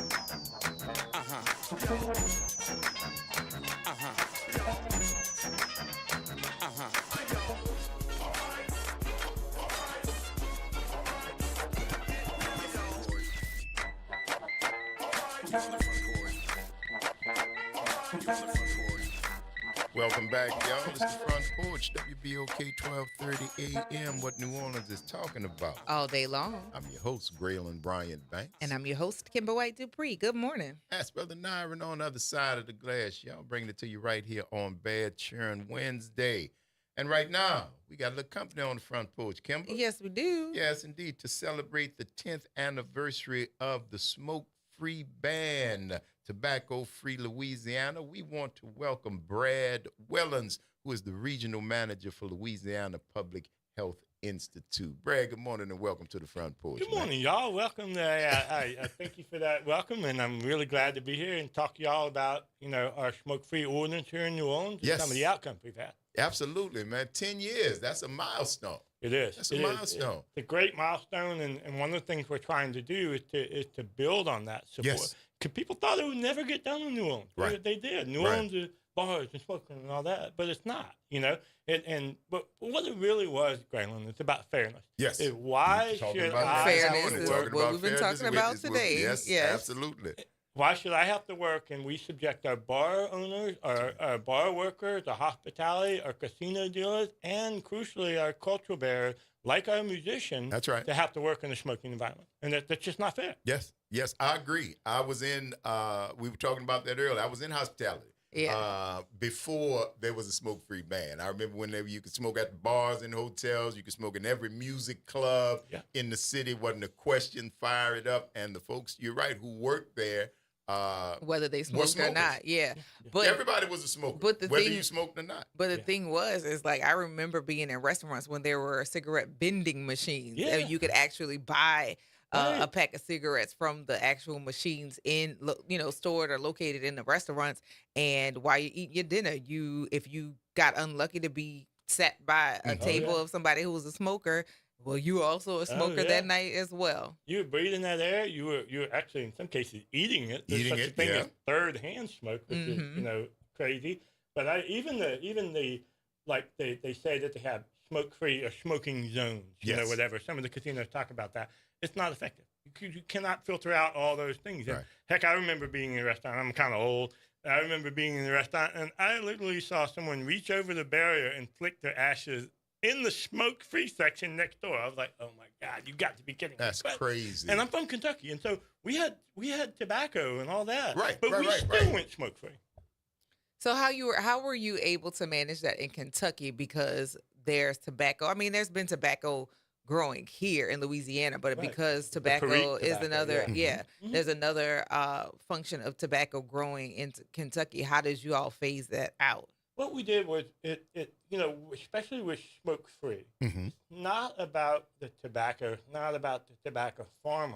It's about the person that's either subjected to have to work in it or the visitors, because you have a right to breathe healthy air. Yes. You have a right to breathe clean air. Yeah. Someone who smokes indoors does not have a right to smoke and impose that on not just you, but everyone else. That's right, You want to smoke? Fine. Go outside. I mean, we don't agree with it. We'd rather you get into our cessation program. We can talk about that later. But, it's different. And it's just, that's the difference. And we were able to even sell that to Kentucky farmers and whatever. And, the equivalent here in New Orleans to Kentucky farmers would be bar owners. Or musicians. You know, they grew up with that culture, just like tobacco and bourbon and basketball is the culture in Kentucky. Absolutely. But I think the fact that you made it clear to the farmers that your product would still be being sold. Right. It's just that the way it's consumed, we're going to try to talk about that to make it more fair for everybody that's involved. So what's the significance of this 10-year here in New Orleans, man? Yeah, 10 years, and that's the thing. We have some data points, not as many as we would like. I mean, thanks to whatever's going on with the CDC and federal government. That's a whole nother round of I'm sure we have. Oh, my goodness. Oh, my Lord. And the problem with that is it limits our data. In fact, I was just having a conversation about where are we going to get local data? Where are we going to have the data to look at this? But we do have some. Okay. There's been a 91% improvement in indoor air quality in New Orleans since that ban went into effect. Over 10 years? 91%. And 75% of New Orleanians support the smoke-free ban. 77% are in favor of them being expanded to maybe possibly include outdoor spaces, at least have a 25% buffer between the door and the smokers. And the smokers, and that's up, and folks are actually 77% open for something along those lines. Yeah, and that's according to the New Orleans Health Department. Okay. Well, so at least you have some data to let you know what's going on. And again, the data is being limited right now because we don't have national entities or federal entities that are participating in that. They closed the entire office of CDC smoking and tobacco. The entire office. The whole thing. Yeah. The whole thing. Yeah. That's a whole different conversation. It is. I'd be glad to come back and talk to y'all about that. But this is a celebration, and I'm just wondering on those same lines, this is a 10-year celebration that we are talking about that has shown it is capable of having a positive impact on a city that lives and thrives on tourism, and now tourism and gaming. Exactly. Now that we're celebrating this 10-year and judging by what's going on, how confident are you that we could be able to continue? I hope that we will, but I'm how are you feeling about it, Brad? That's a really good question, Galen, and I think that it comes down to public support, which I think we have. I think so. Also, support of the bar owner, support of the hospitality industry workers, which we have thousands of in this city, and support of the casinos and the casino goers. I call it Harris Caesars. Just did a $400+ million renovation of their casino, and they renovated even the part of the outdoor smoking area that allows their patrons to smoke inside the casino itself. I've been there. Not bad. I mean, you can step out, smoke. You can there's even gaming stuff out there. Oh, they're not going to let you get away. Oh, no, they're not going to let you get away. That's why there's a fence around it. That's why Absolutely. It's inside. That's that. Oh, I think I know right what you're talking about. There's the ivy colored, I think, leaves and everything on the and that on the inside, because I've only seen it from the outside. On the inside, that's the smoking area. I've been in there because we look, I go to bars. Yes. part of my job. I go to the casinos to look at the spaces where we have.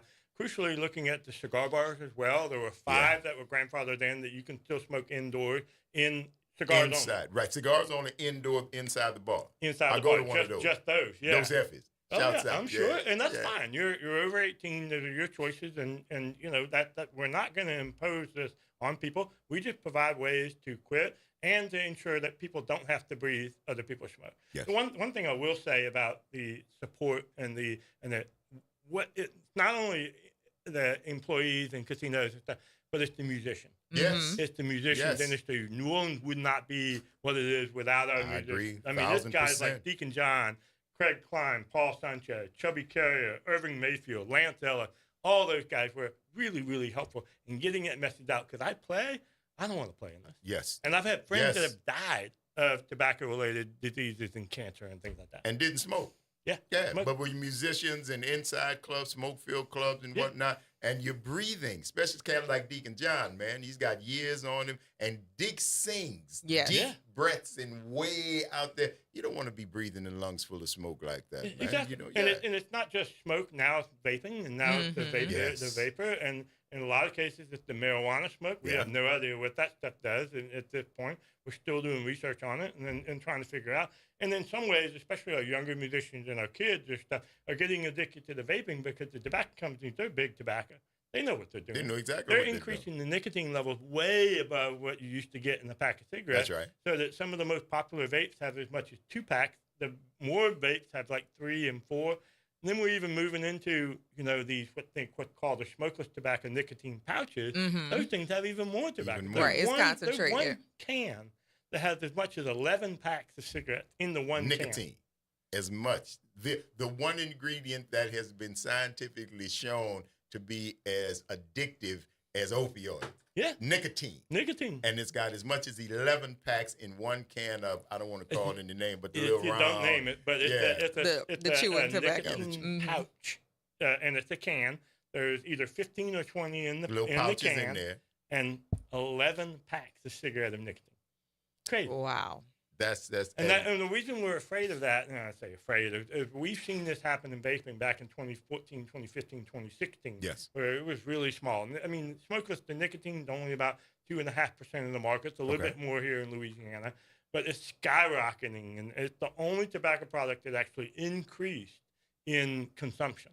Everything else went down, And Brad, then we why? saw this Is it happening just in marketing? Is it what? But is it because it's stronger? What's is the it because, attraction? Yeah, Part of it. But the other Because- thing is the tobacco companies are marketing the hell out of it. They're social media. They are targeting people like you and me, and especially our kids. the kids, the youngsters. Yeah, Flavors. yeah. Flavors. And they're selling it as if it's just flavored air or but they're finding that it's just as carcinogenic, if not worse, than smoking cigarettes. Yeah, because one of the things is with cigarettes, they're heavily regulated to what goes in there. Vapes, they don't have a clue. They don't have a clue. And the kids are adding stuff like vodka. They're adding fentanyl. They're adding THC. They're adding all this stuff they can get. Yeah. We've seen the sheriff's offices and stuff like that going, you wouldn't believe the stuff they're putting in there. I believe And it's unbelievable. I as a father, I'm glad that my son is old enough to know for himself. Yes. Yes. Think for himself Yes, about this. But yes. these kids, they're starting as early as third grade.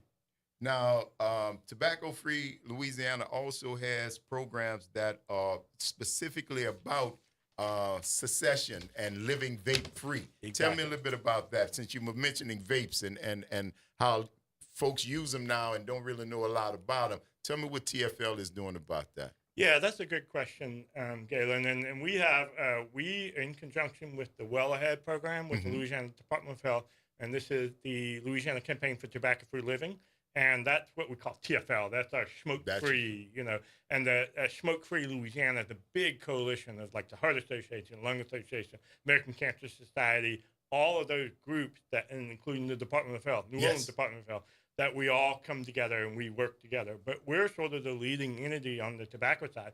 And with the Well Ahead, we do a quit line that has a 24-hour counseling service. You can call, you can look online, something called quitwithusla.org, or you can even text, and you text READY to 34191.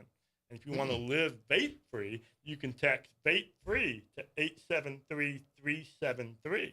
And so we're trying to meet people where they are. Right. If you want to call, you can call. It's free. All of this is free. And at least until the funding, right. Right now. Right it's now. free. Right now, it's free. Exactly, Galen. We don't know what tomorrow's going to bring. None of us do. But that is great, man. What other programs? Is it just vapes, or do you guys offer any help with the big uptick in chewing? Because, I mean, with the flavored tobaccos, I got to figure it just as addictive. And is part of the cessation aimed toward that as well? It is, and that's kind of the next frontier, Galen. Yes, it's like yes. because what we're starting to realize is that smoking can't be looked at in a small context. It has to be looked at in the bigger context of what's your stress, Health. Yeah. What's your mental health, Yeah. What's your what are you dealing with, and that's why the kids they're basically self-medicating for all the stress in schools. And hey, this works, try this, and then boom, they're addicted to the nicotine. Right. And so we're almost, like you said, use opioids. It's almost the same thing. It's almost like drug addiction counseling. It How is do a you drug. wean yourself out of that? And the quit line can help, but we're rolling out things to help with it. TFL has a toolkit for school, parents, kids, school administrators, school districts, everything to work with kids that are into vaping and now moving into the nicotine pouches and nicotine addiction. Rather than punishing our kid, You're suspending informing them, Yeah. doing like say, look, this is education. You need to meet them where they are. Yes. Because if you punish them, you suspend them, they're going to keep doing it.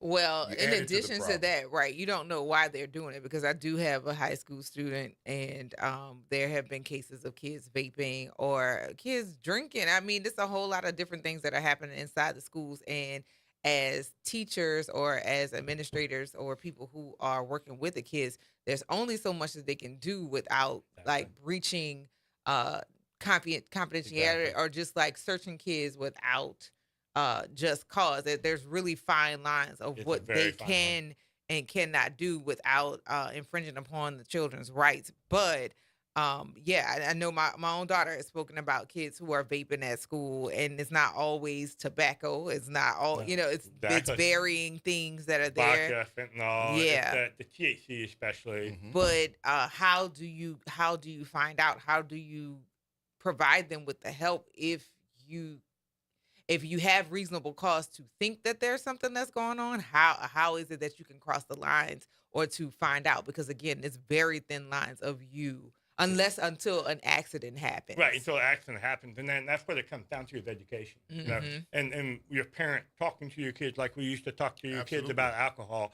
Talk to them about vaping. Talk to them about tobacco. This is a drug that is very, very addictive. I don't want you to have to deal with the addiction of it. I've had family members whose kids have been addicted to vaping, been addicted to nicotine, and we kind of work through the counseling. It kind of require more mental health counseling and we know that, and we're even getting into sort of the drug space of how do we deal with this as an addiction, and we're there, and it's just we're trying to figure out the programs we need to do. Brad, how can folks get more information if they wanted to follow up on any of the programs that you just mentioned about, or just get some more information about what's going on with this 10th year anniversary and TFL? How would they do that? There's just two ways. One is we can go to www.tobaccofreeliving.org, or if you're really interested in the secondhand smoke, there's healthyairforall.org and how to have resources to live vape-free and to live tobacco-free in all those ways. And, we have some other resources around mental health.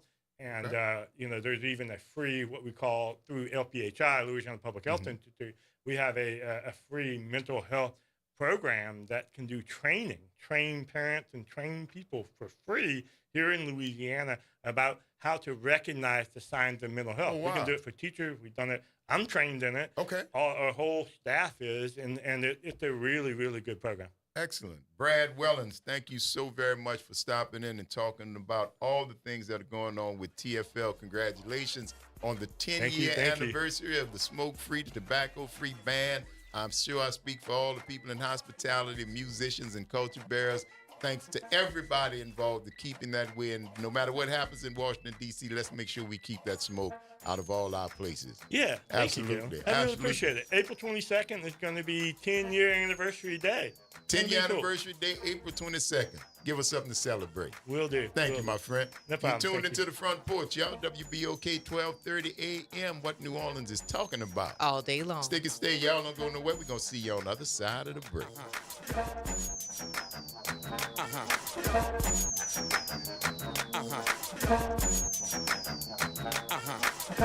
Why'd I go to the doctor?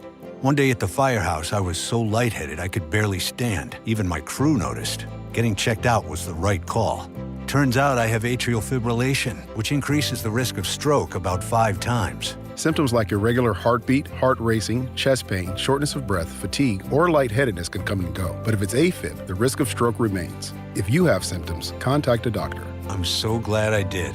Visit NoTimeToWait.com, sponsored by Bristol-Myers Squibb and Pfizer. This is a story of the one. As a maintenance specialist for university housing, he knows college students can major in wear and tear. Plus, housing so many students doesn't leave a lot of room to house all the supplies he needs. That's where Grainger comes in. With over 1 million industrial-grade products and fast, dependable delivery, Grainger carries the quality products he needs so he doesn't have to. From a new door hinge to a whole new faucet. Call, click Grainger.com, or just stop by. Grainger, for the ones who get it done. Visit DePaul's new Algiers Health Center at 2801 General de Gaulle Drive to receive primary and preventive care for both adults and children. Services also include behavioral health, imaging, and on-site pharmacy, vision, Medicaid enrollment assistance, and more. For appointments, visit DePaulCommunityHealthCenters.org or call 504-207-3060. You're on the Front Porch with WBOK 1230 AM.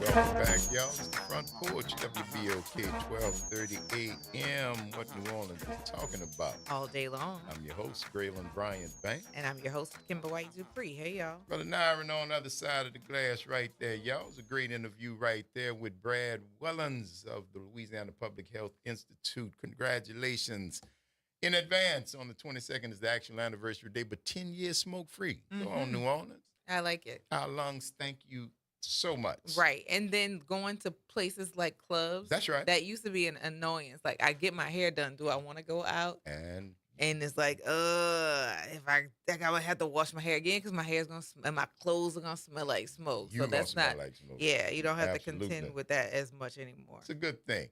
And on that note, man, we got more company right here, and we're going to move right into it. Welcoming the 9th anniversary celebration in Urban South, we want to welcome Kristen Marshall, the digital marketing manager for Urban South Brewery. Kristen, good morning and welcome to the Front Porch. Hi, good morning. How you doing? Good morning. I'm doing pretty well. How about yourself? We're doing well. We're doing good. We're doing good. It's good to have you with us here on the Front Porch because you guys at Urban South are celebrating a big milestone, 9 years, right? Yes, that's correct. 9 years. Congratulations. Congratulations. Looking back, what are some of the defining moments in the Urban South Brewery's journey since 9 years ago when y'all decided y'all wanted to add some beer to this New Orleans landscape? Yeah, major milestones. Wow. It feels like we're still so young at 9 years, but we've done so much in the community. We've hosted countless free family-friendly events. We had Paradise Park, which is one of the best lagers, in my opinion, in the city. We've really, just involved ourselves so much that we would like to think that we are, at this point, a major pillar in one of the, brand that really resonates with the city and really connects with its people. We're so happy to be celebrating 9 years. That is amazing. So, and the anniversary party in Louisiana, we've got that coming up. Why is it important to make it to this event, and is it accessible for all ages? Yeah, we are accessible to all ages. That's kind of one thing that makes us unique as a spot where you can enjoy great beer and bring the whole family. We are going to be shutting down the street, so it's kind of a whole block party. All right. People can come in and enjoy great eats and great drinks, suitable for just about anyone. Gonzo's Smokehouse is coming back out. They came a few weeks ago and really brought the crowd. He's doing a full barbecue menu. Super Witch Ice Cream is doing a rare pop-up. And we have some great new beverages to try. We've got a vendor market. Some local Zydeco bands are coming in. Free to attend, family friendly. Well, I can tell there are going to be some serious VIPs at this Urban South 9th anniversary celebration. I heard through the grapevine that the elusive Nudie the Nutria is going to be at the event. Can you shed any light on that, please, Kristen? Oh, my gosh. I'm so sorry to say that Nudie is actually unavailable. No! I know. We're all very, very disappointed. Our party originally was taking place in March. And then when the Uptown Irish Channel Parade got moved to that date, we then moved our party. And Nudie is a busy, busy nutria and could not make it for this weekend. But we would have loved to have him. Nudie and maybe was we'll booked? try and get him back another time. You mean to tell me Nudie was booked for the party, Kristen? Nudie is booked. He is booked and busy. Wow. Boy, I'm telling you, the life of a nutria, right? That is Who would have thunk hilarious. it? Yeah. Now, you guys are also will be premiering exclusive anniversary glassware to go along at Urban South. Tell us a little bit about that. Yeah, so the party It ended up being kind of, themed as in like Louisiana, kind of on the bayou. And each beer has its own Louisiana critter that we've associated with it, from a raccoon to a street chicken. We did a collaboration with Chicken's Kitchen. So we won't ask about we're gonna ask about it. Definitely. Yeah, that one had to have a chicken. And then an alligator, and a possum, and those have all ended up on the glassware as well. It's very cute. It's one of a kind. It's limited edition, and those will be available at the party for purchase. Now, since you've mentioned the street chicken, there's a new THC-infused root beer collab with Kitchen's Chicken. How did that partnership come about, and how does all of this work? So, Chicken's Kitchen is a really fun and unique kind of association that we've gotten. They really love the Stratus THC seltzers we released a few months back, and they are so fun to work with. And we love getting to go over there and talk to the owners and just the team inside. And it just made sense to do a super fun root beer. I know that they wanted to see more of a soda, and we wanted to play around with an idea of a THC soda. So we came up with a root beer, and we around the brewery, we have a ton of street chickens. Just the chickens that are a part of the neighborhood. Yes. So we were like, we're going to call it street chicken. And I can tell you, it is a delicious root beer. It is. You kind of forget what you're drinking, so be careful, because I just kind of sucked it down. I was like, I love root beer, It's so good. And we of course have a regular root beer on tap.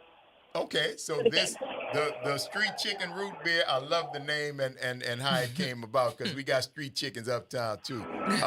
We do. But the idea, is that going to be available at the party? Yes, we are planning to have it available for the party. There's just a couple, THC in general. There's a lot of hoops you go through to get it approved by the state, and we want to make sure that everybody's drinking something that is, approved and has the right, paperwork behind it. Okay. So we are fully planning on having it at the party, but it's, not a beer, so we have to go a little extra mile on getting that one available in the tap room. But we're planning to release it for the party. Definitely planning on it. Now, tell the folks, is they're going to be able to come out and join in this 9th year celebration with Urban South? How would they be able to do that? When and where will it happen? And how can they get information about if they want to come out? Right. So the party is this Saturday. We open at 11. Food should start being served around noon. I recommend getting here as, I try to get here around open or noon, because I know that Gonzo's Smokehouse, they bring the line, they bring the crowd. And we are located at 1645 Tchoupitoulas, about a mile from the convention center, real close. Feel free to go to our website, www.urbansouth.com, look at our upcoming events. We're also on Instagram at Urban South Beer. On Facebook, we have an event. So really, just go to any of our socials or our website and you'll be able to find more information. But it's this Saturday. We open at 11 a.m. And finally, Kristen, what message would you like to share with your customers and community who've supported you all of these last 9 years? Oh, I'm sure we would love to say thank you. It's been a blast being this craft brewery down in New Orleans. We really love our customers and our audience and the community that surrounds us. Thank you so much for engaging with us and helping us make these 9 years special. Kristen Marshall, Digital Marketing Manager for the Urban South Brewery, celebrating 9 years this Saturday over at the brewery on Tchoupitoulas. Kristen, thank you so much for taking time out and come telling the folks what's going on. All the best with that street chicken, because I want to learn a little bit more about that, man. We talk later, all right? All right. Thank you so much for having me. Absolutely. You take care. It's the Front Porch, y'all. WBOK 1230 AM. What New Orleans is talking about. All day long. Don't go nowhere, y'all. Stick and stay. We're going to take this quick break, and we're going to see you on the other side of it.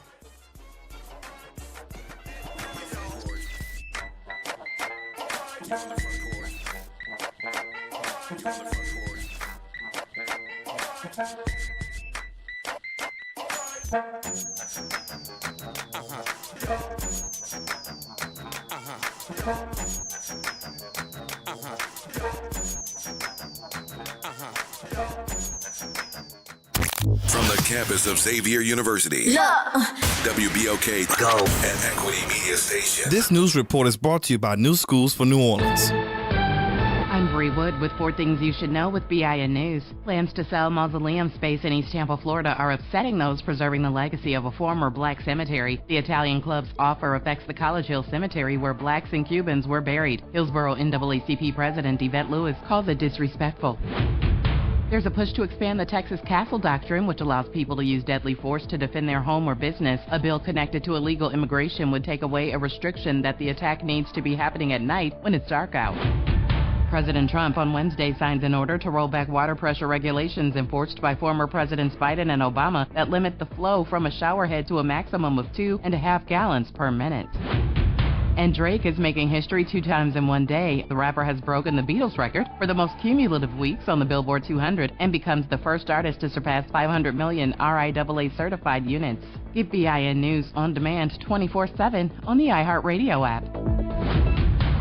New Schools for New Orleans is committed to celebrating the hardworking teachers of New Orleans Public Schools. Join us at the 4th Annual NOLA Teacher Fest, sponsored by the All-State Sugar Bowl New Orleans teacher community. The NOLA Teacher Fest is happening Friday, May 2nd at Champion Square from 4 to 7 p.m. The fest is open to teachers, paraprofessionals, deans, coaches, counselors, and other school support staff. Visit our website to learn more and RSVP, www.newschoolsforneworleans.org. You're on the Front Porch with WBOK 1230 AM. Yeah, alright, my flow sinister. This ain't rap music, this straight literature.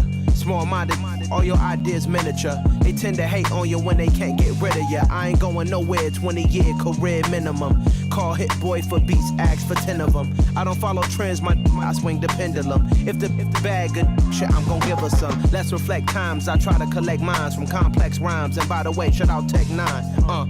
Go and shut the up, just let me talk. I'm a time bomb that's waiting to go off.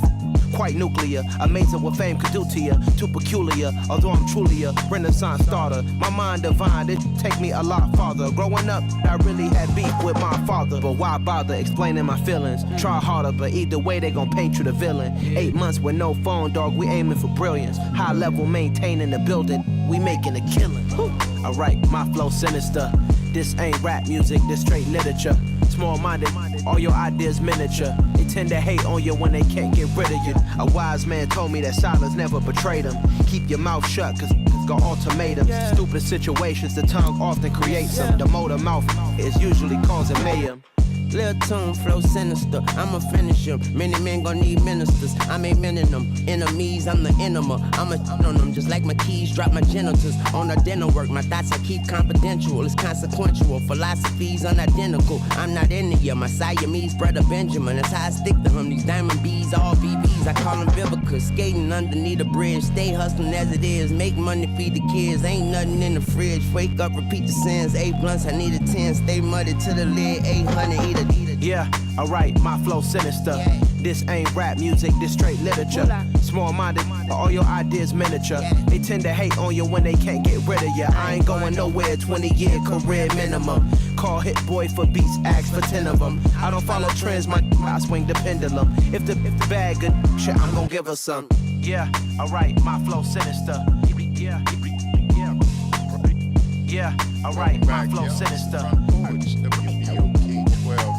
Yeah, alright, my flow sinister. Talking about all day long. I'm your host, Brian Banks. And I'm your host, Kimber White Dupree. Hey, y'all. I'm your co-host today, Kennedy Shanks. And that's Brother Nyron on the other side of the glass show, bringing it to you right here on this Bad Churn Wednesday, Hump Day. Thank you for sticking with us. As we roll into this third and final hour of today's episode of the Front Porch, continuing our broadcast from the historic campus of Xavier University from our studios right here at the foot of the overpass on South Norman C. Francis Parkway. www.wbok1230.com is the address. Hit us up on the talk line, 504-582-9422. Some good interviews right there, man. Back to back to back to back. Hear about some parties, what's going on Saturday. Going out there in Urban South and get you some food, man. Get you some drink, get you some music, and some root beer. There you go. I may just go for the root beer. You may just go for the root beer. That sounds like a fun time. And I actually like root beer. So. That's what I am a fan. One of the few sodas that I drink is root beer. My favorite is Barks. Well, Barks is Barks. Yeah. See, that was it. You want a root beer? No, y'all got Barks? Right. And then you tell that because, you know, Barks got bite. That's what I was getting ready to ask Kennedy if she knew how to finish that sentence about Barks. No. Yeah, That's all right. okay, but Barks Barks got bite. has a bite. Yes. If you want a Barks, that's what you want. Get Barks one is out of good. the glass bottle. The glass bottle? That's the best. Oh. Okay. Oh. See. Yeah. It's good stuff. Good stuff. It's good stuff. So, what's been going on since you had your little break? You found out some other stuff. Have you fallen into some other information of your peers? Yeah. So Gayle King just put out a statement in regards to the backlash they were receiving for their space expedition that was 11 They went to the edge of the earth. Blue. Yeah. What is it? Blue. It's not Elon's. Elon is SpaceX. Oh, Isn't this Zuckerberg? Blue Neptune, blue sky, blue something. I know what you're trying to say. Lie. Blue. Let me look it up. It's because Elon Musk is Elanya. Elanya Musk. He's SpaceX. Yes. Is that Zuckerberg that is No, I think this was an Elon trip too. This is Elon too? Yeah. Huh. Yeah, because he took a picture with it. Space Blue or something.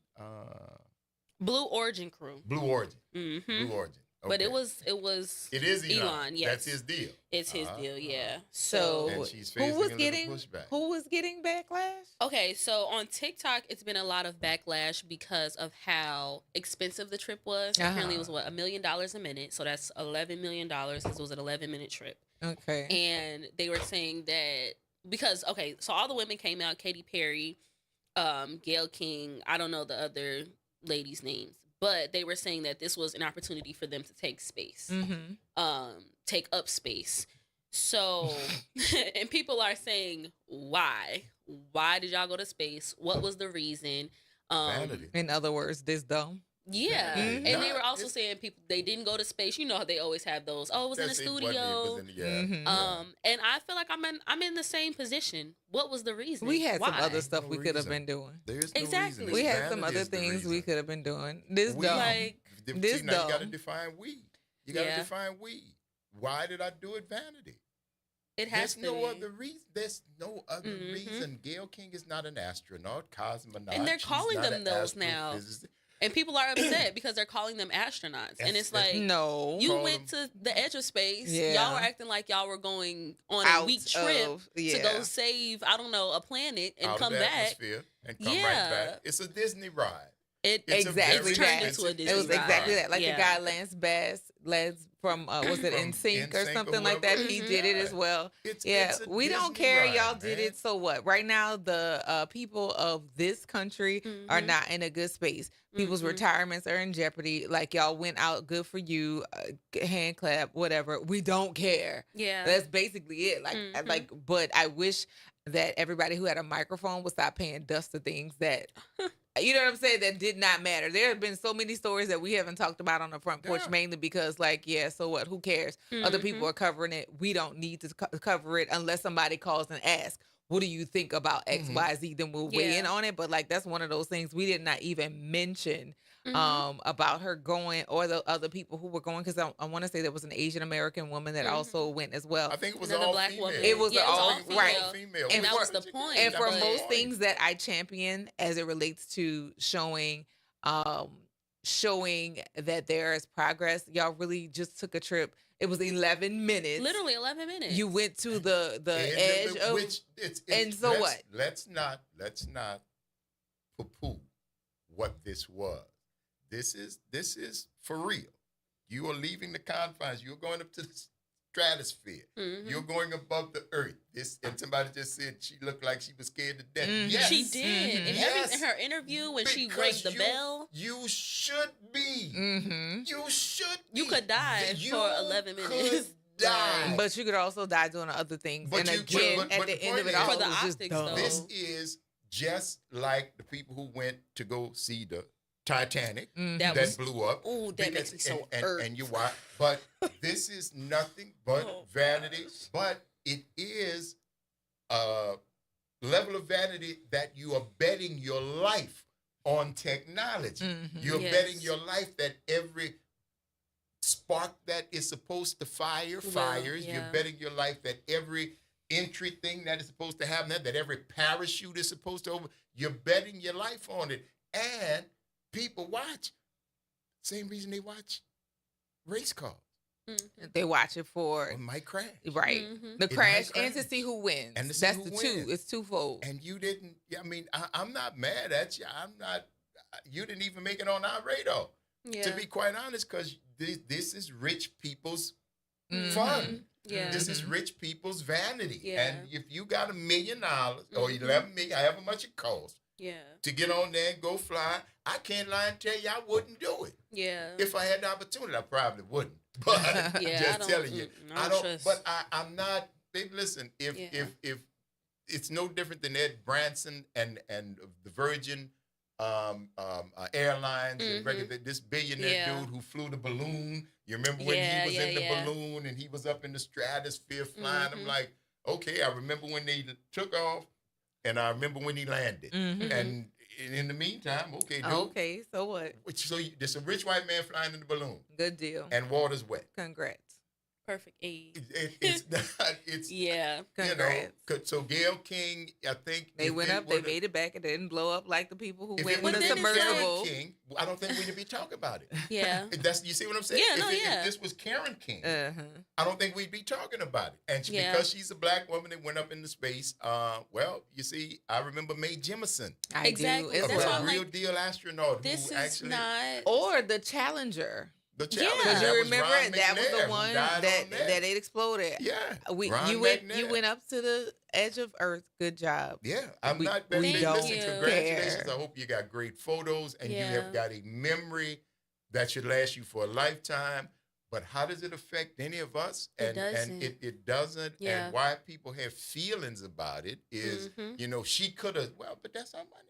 Exactly. That's somebody. I think it's the problem that the public is having, or like TikTokers, is because they came back down, and of course, it's a adrenaline rush, scary situation, but it was like the way they were carrying this responsibility that nobody gave them, that y'all signed we're up the for. First, we're the first all women crew to y'all go to signed space. Up for it. And it's like, we didn't ask you to do this. Right. It'd been different if we were like, yo, we want to send women to space to do missions, and then they did it, and we're like, yay, you just went, nobody asked for this. Right. You're just using your money for your benefit.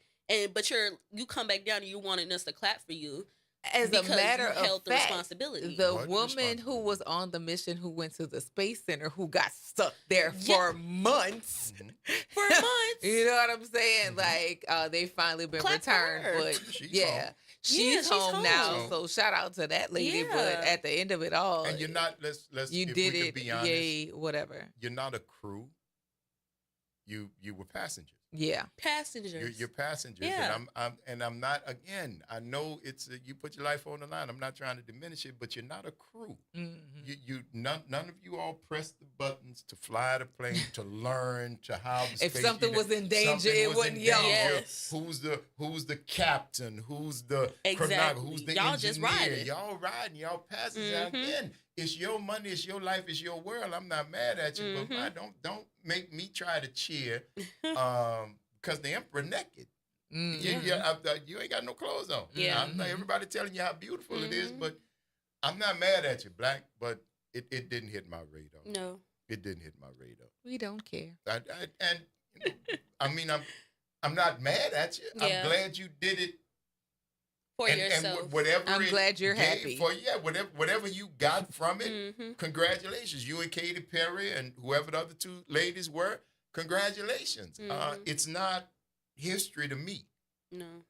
It's not history to me. It's not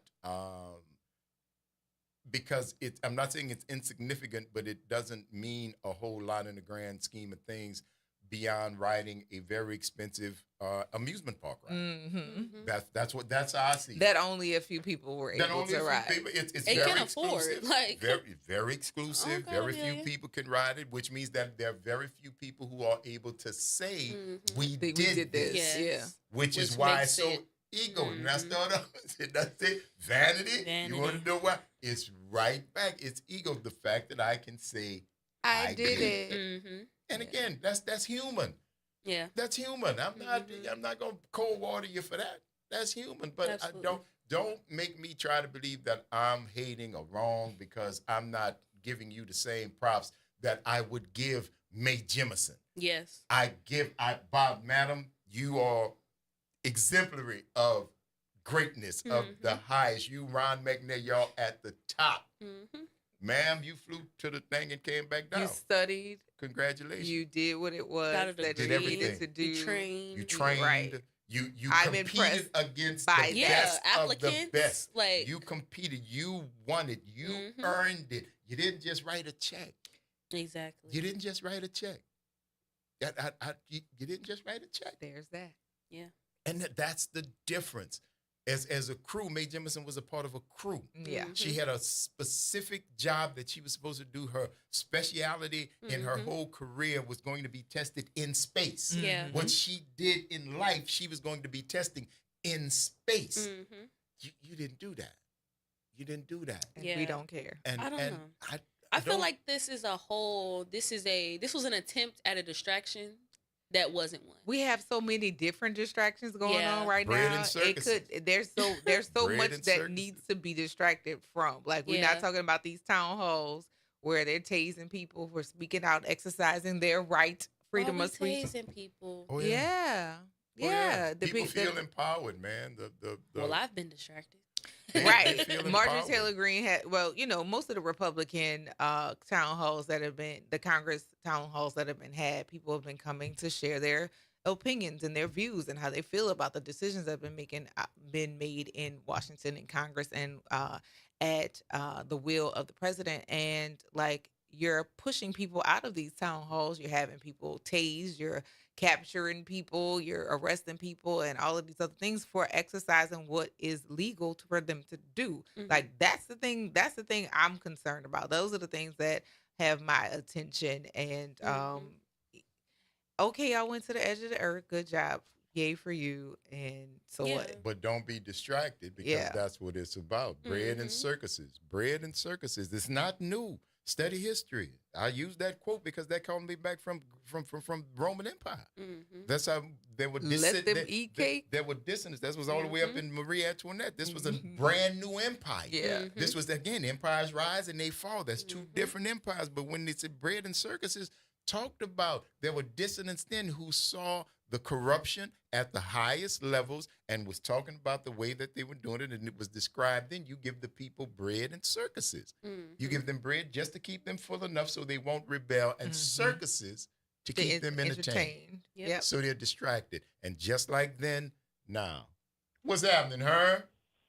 Hey, good morning, good people. How y'all be? Good morning. Good, baby. How you?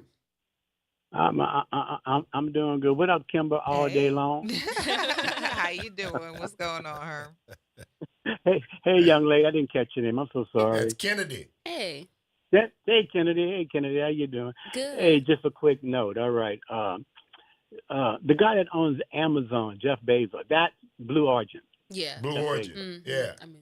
Yeah. You don't want to get on the Elon SpaceX ship right now because all of his stuff has been crashing. Blowing up. Just like his trucks. He's no good. Exactly. He's no good. They all been crashing down the earth. So I just wanted to make that footnote right there. I knew it was one. I knew it's not a big class of people who own companies that are advertising folks who can go to space. So it don't take long to call the roll, that's for sure. It's one of the dumbest with money. There you go. Thank you for that, my friend. All right, we good later. All right, later. That's what he said. Jeff Bezos in 2000 created the space technology. Created the space technology company Blue Origin. 6 years later, Goddard, its first true rocket named after Robert Goddard, marked its first successful flight, and its new Shepard program named after Alan Shepard. So, yeah, that's who they flew on. So if you, too, you can look up Blue Origin. If you got your extra $1 million or so sitting around, burning a hole in your pocket. You just want to go out to the edge of space which for 11 minutes. And hang out. Well, it's 11 minutes total. You don't stay up there 11 minutes. It's from the time you leave take off to the time you come back is 11. Yeah. 11 minutes. And if you got you a couple of million or however much it costs, go right ahead. Take some pictures. Come sit on the porch. Post it. Tell us what it was about. Tell us do. what it was like. I'd love to hear. Don't get me wrong. I would love to talk to Gail King. And find out what it was like. Yes. Because I like experiences. I love that. But it's not going to affect my life, and it's not going to distract me from what I'm doing. If we got a chance to interview her, that's a good get. That's a great get. I would definitely talk to her, but that's not going to stop me from watching what's going on in the world because I'm fascinated about, space travel, or what Josh deemed as a very big elevator ride. LOL. It's the Front Porch, y'all. WBOK 1230 AM, what New Orleans is talking about. All day long. Don't go nowhere, y'all. Stick and stay. We're going to see you on the other side of the break.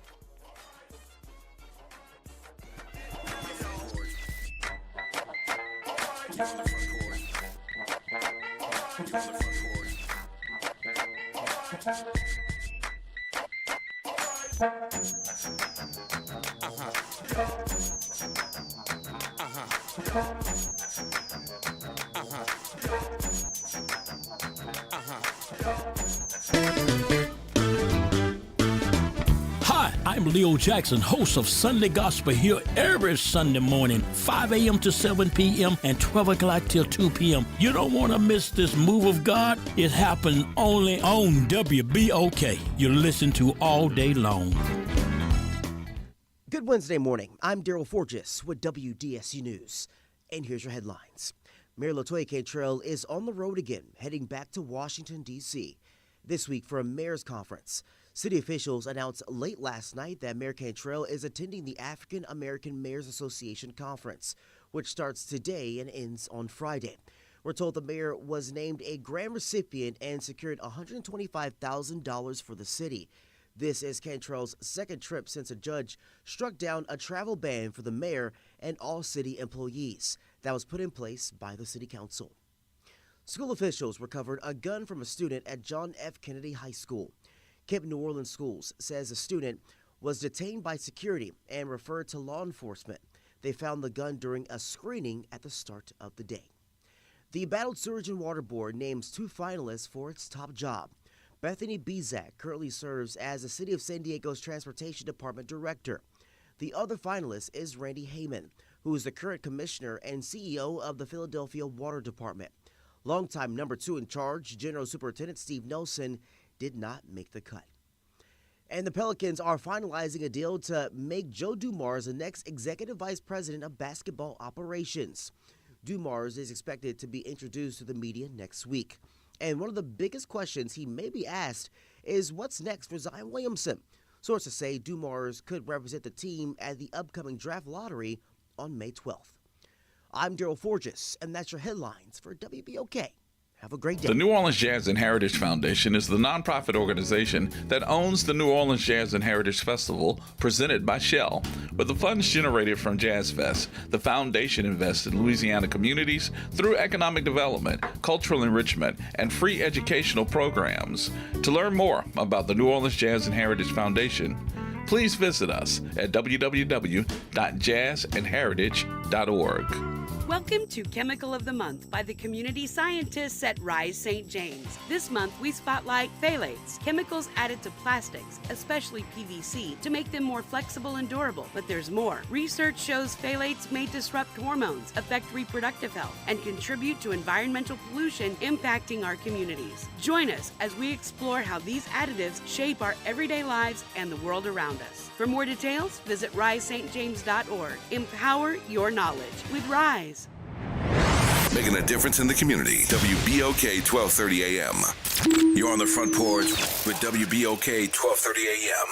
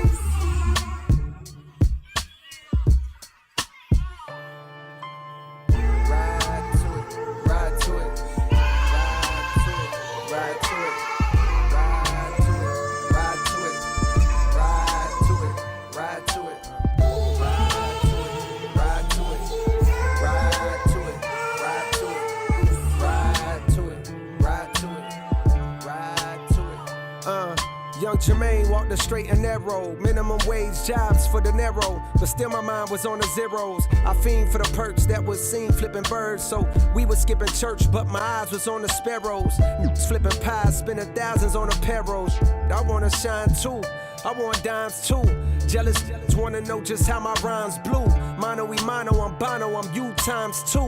Now I'm bougie, I done outgrew the fountain blue, but never forgot the spot where I developed my plot. To dwell at the top, the veil where all my skeletons locked. If I could do it all over, then I never would swap. I seen good, I seen bad, had my melanin mocked. I seen lifelong friends turn to devilish ops. I was Mike in red leather trying to tell him to stop. You better beat it before you see that heavy metal get popped. He was a mean swing with a hell of a shot, but if no team draft king, he gon' bet on the block. He wanna ball till he fall until the Federals knock and sit his on the bench for moving careless with rock. You can't relate unless your father was not around and your mother went out and found someone else and then brought around, and they salaries then combined. When they married and brought you out of that poverty, then you moved to a soft little part of town, so that when you back in the hood, you feel awkward about it now. Then your confidence start to drown, but the rapping gave you some positive thoughts, so you jot them down. You jot them down. Ride to it, ride to it, ride to it, ride to it, ride to it, ride to it, ride to it, ride to it. Y'all ain't stopping me. Y'all ain't stopping me. Y'all ain't stopping me. Y'all ain't stopping me. Y'all ain't stopping me. Y'all ain't stopping me. Y'all ain't stopping me. Yeah. Benjamin Button, cold flows, reverse time. To find deliveries good as mine, you gotta search primes. I'm scaling heights higher than birds can perch, trying to be something, hoping that peace comes to my cursed mind. One thing's for sure, that I've matured from my first rhyme. I learned long ago, you can't please them all and it hurts trying. In this game where all you've got is your name, like Dirk, I'm smirking at trying to besmirch mine. Absurd times, where the fake get told it is wise. I can see hate in both of your eyes, but the third's blind. So you search lines, but you struggle, which explains the puzzled look on the dull faces the word finds. I hate when raps become but like do not disturb signs. Can't knock it if I see it's about to do. They instigate the because it's profitable, but singing stop the violence tunes with dudes in hospitals. I pulled the plug because I seen where that was about to go. They wanted blood, they wanted clicks to make their pockets grow. They see this fire in my pen and think I'm dodging smoke. I wouldn't have lost the battle, dog. I would have lost the bro. I would have gained a foe. And all for what? Just to attain some old props from strangers that don't got a clue what I've been aiming for since the age of 14. Jermaine is no king, if that means I gotta dig up dirt and pay the whole team of algorithm bot just to sway the whole thing on social media. Competing for your favorable memes to be considered best to live and rest. The weight of both things. I understand the thirst of being first that made them both swing, protecting legacies. So lines got crossed, perhaps regrettably. My friends went to war, I walked away with all they blood on me. Now some will discredit me, try wipe away my pedigree, but please find a out that's rapping this incredibly. My dog texted me, I share the words he said to me. If you refuse to shoot the gun, don't mean the gun ain't deadly. I guess in that metaphor, hypothetically, the gun is me. I texted back like, guess a gun ain't what I'm trying to be, my new. They stripped me of my spot and now I'm finally free, my new. They say I'm picking sides, they don't you lie on me, my new. To start another war, hey Drake, you'll always be my new. I ain't ashamed to say you did a lot for me, my new. All the narratives, tapping back into your magic pen is what's imperative. Reminding these folks why we do it. It's not for beefing, it's for speaking our thoughts, pushing ourselves, reaching the charts, reaching your minds, deep in your hearts, creeping to find emotions to touch, something inside to open you up, help you cope with the rough times and I'm sending love cause we ain't promised. Mine, y'all ain't stopping me. Welcome back, y'all. Front Porch, WBOK, 12:30 a.m. What New Orleans is talking about. All day long. I'm your host, Graylin Brian Banks. And I'm your host, Kimberly Dupree. Hey, y'all. I'm your co-host today, Kennedy Shanks. And that's Brother Nyron on the other side of the glass. Y'all bringing it to you right here on this Bad Cheering Wednesday. Hump Day, middle of the week. Some good guests. But as you know, as we always do at the bottom of the final hour. Yes. On Wednesdays, we go to the docks. And right now, we've got the doc, singular. Dr. Eric Griggs is on the line. Good morning, sir. How are you? Good morning. Good morning. I'm fine. How are you? Good morning. I am well, sir. We saw Everything you all on right? TV this morning. Well, I saw me on TV this morning. I forgot I did that interview this morning. I was on the phone. I'm like, wait, that sound like, whoa. That voice sound familiar, huh? Yeah. And I just hosted a panel. I moderated a panel last night on AI. I'm like, man, they done got me. Somebody got me. So are we sure this is you or is this AI we dealing with, Oh, bro? boy. No, this is definitely me. Let me tell you. It's definitely me. Just wanted to make sure, cuz. How you doing, man? Last time I talked to you was headed out of town. Everything good? Yeah, everything's good, man. I had a family emergency that I had to go tend to up in Richmond, Virginia, and it's working out well. Okay. Yeah, it's the surprises in life they never stop. Life be lifing, cousin. That what the young life people be say. life. And don't stop. Life be lifing, man. That is a T-shirt, a hashtag, and a movement. In 2025, like I said, I want to speak to the manager. We need to upgrade. Yes, indeed. Sorry, Karen. He's off. Oh, boy.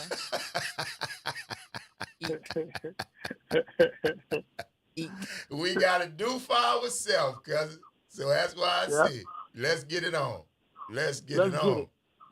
Well, what's going on in the world of medicine, my friend? What do the people here in this fine city and the environs thereof need to know about what's happening right up and through here now that we got all the stuff getting cut off and measles and alien brain worms in the hidden in charge people and all that no different kind of CDC stuff. reports. So now's the time to stay as aware as possible and keep having the conversations. What we talked about this during the pandemic. We talked about it after the pandemic. Yes. We need to follow the advice of our moms and grandmothers and do everything we know that will work for us.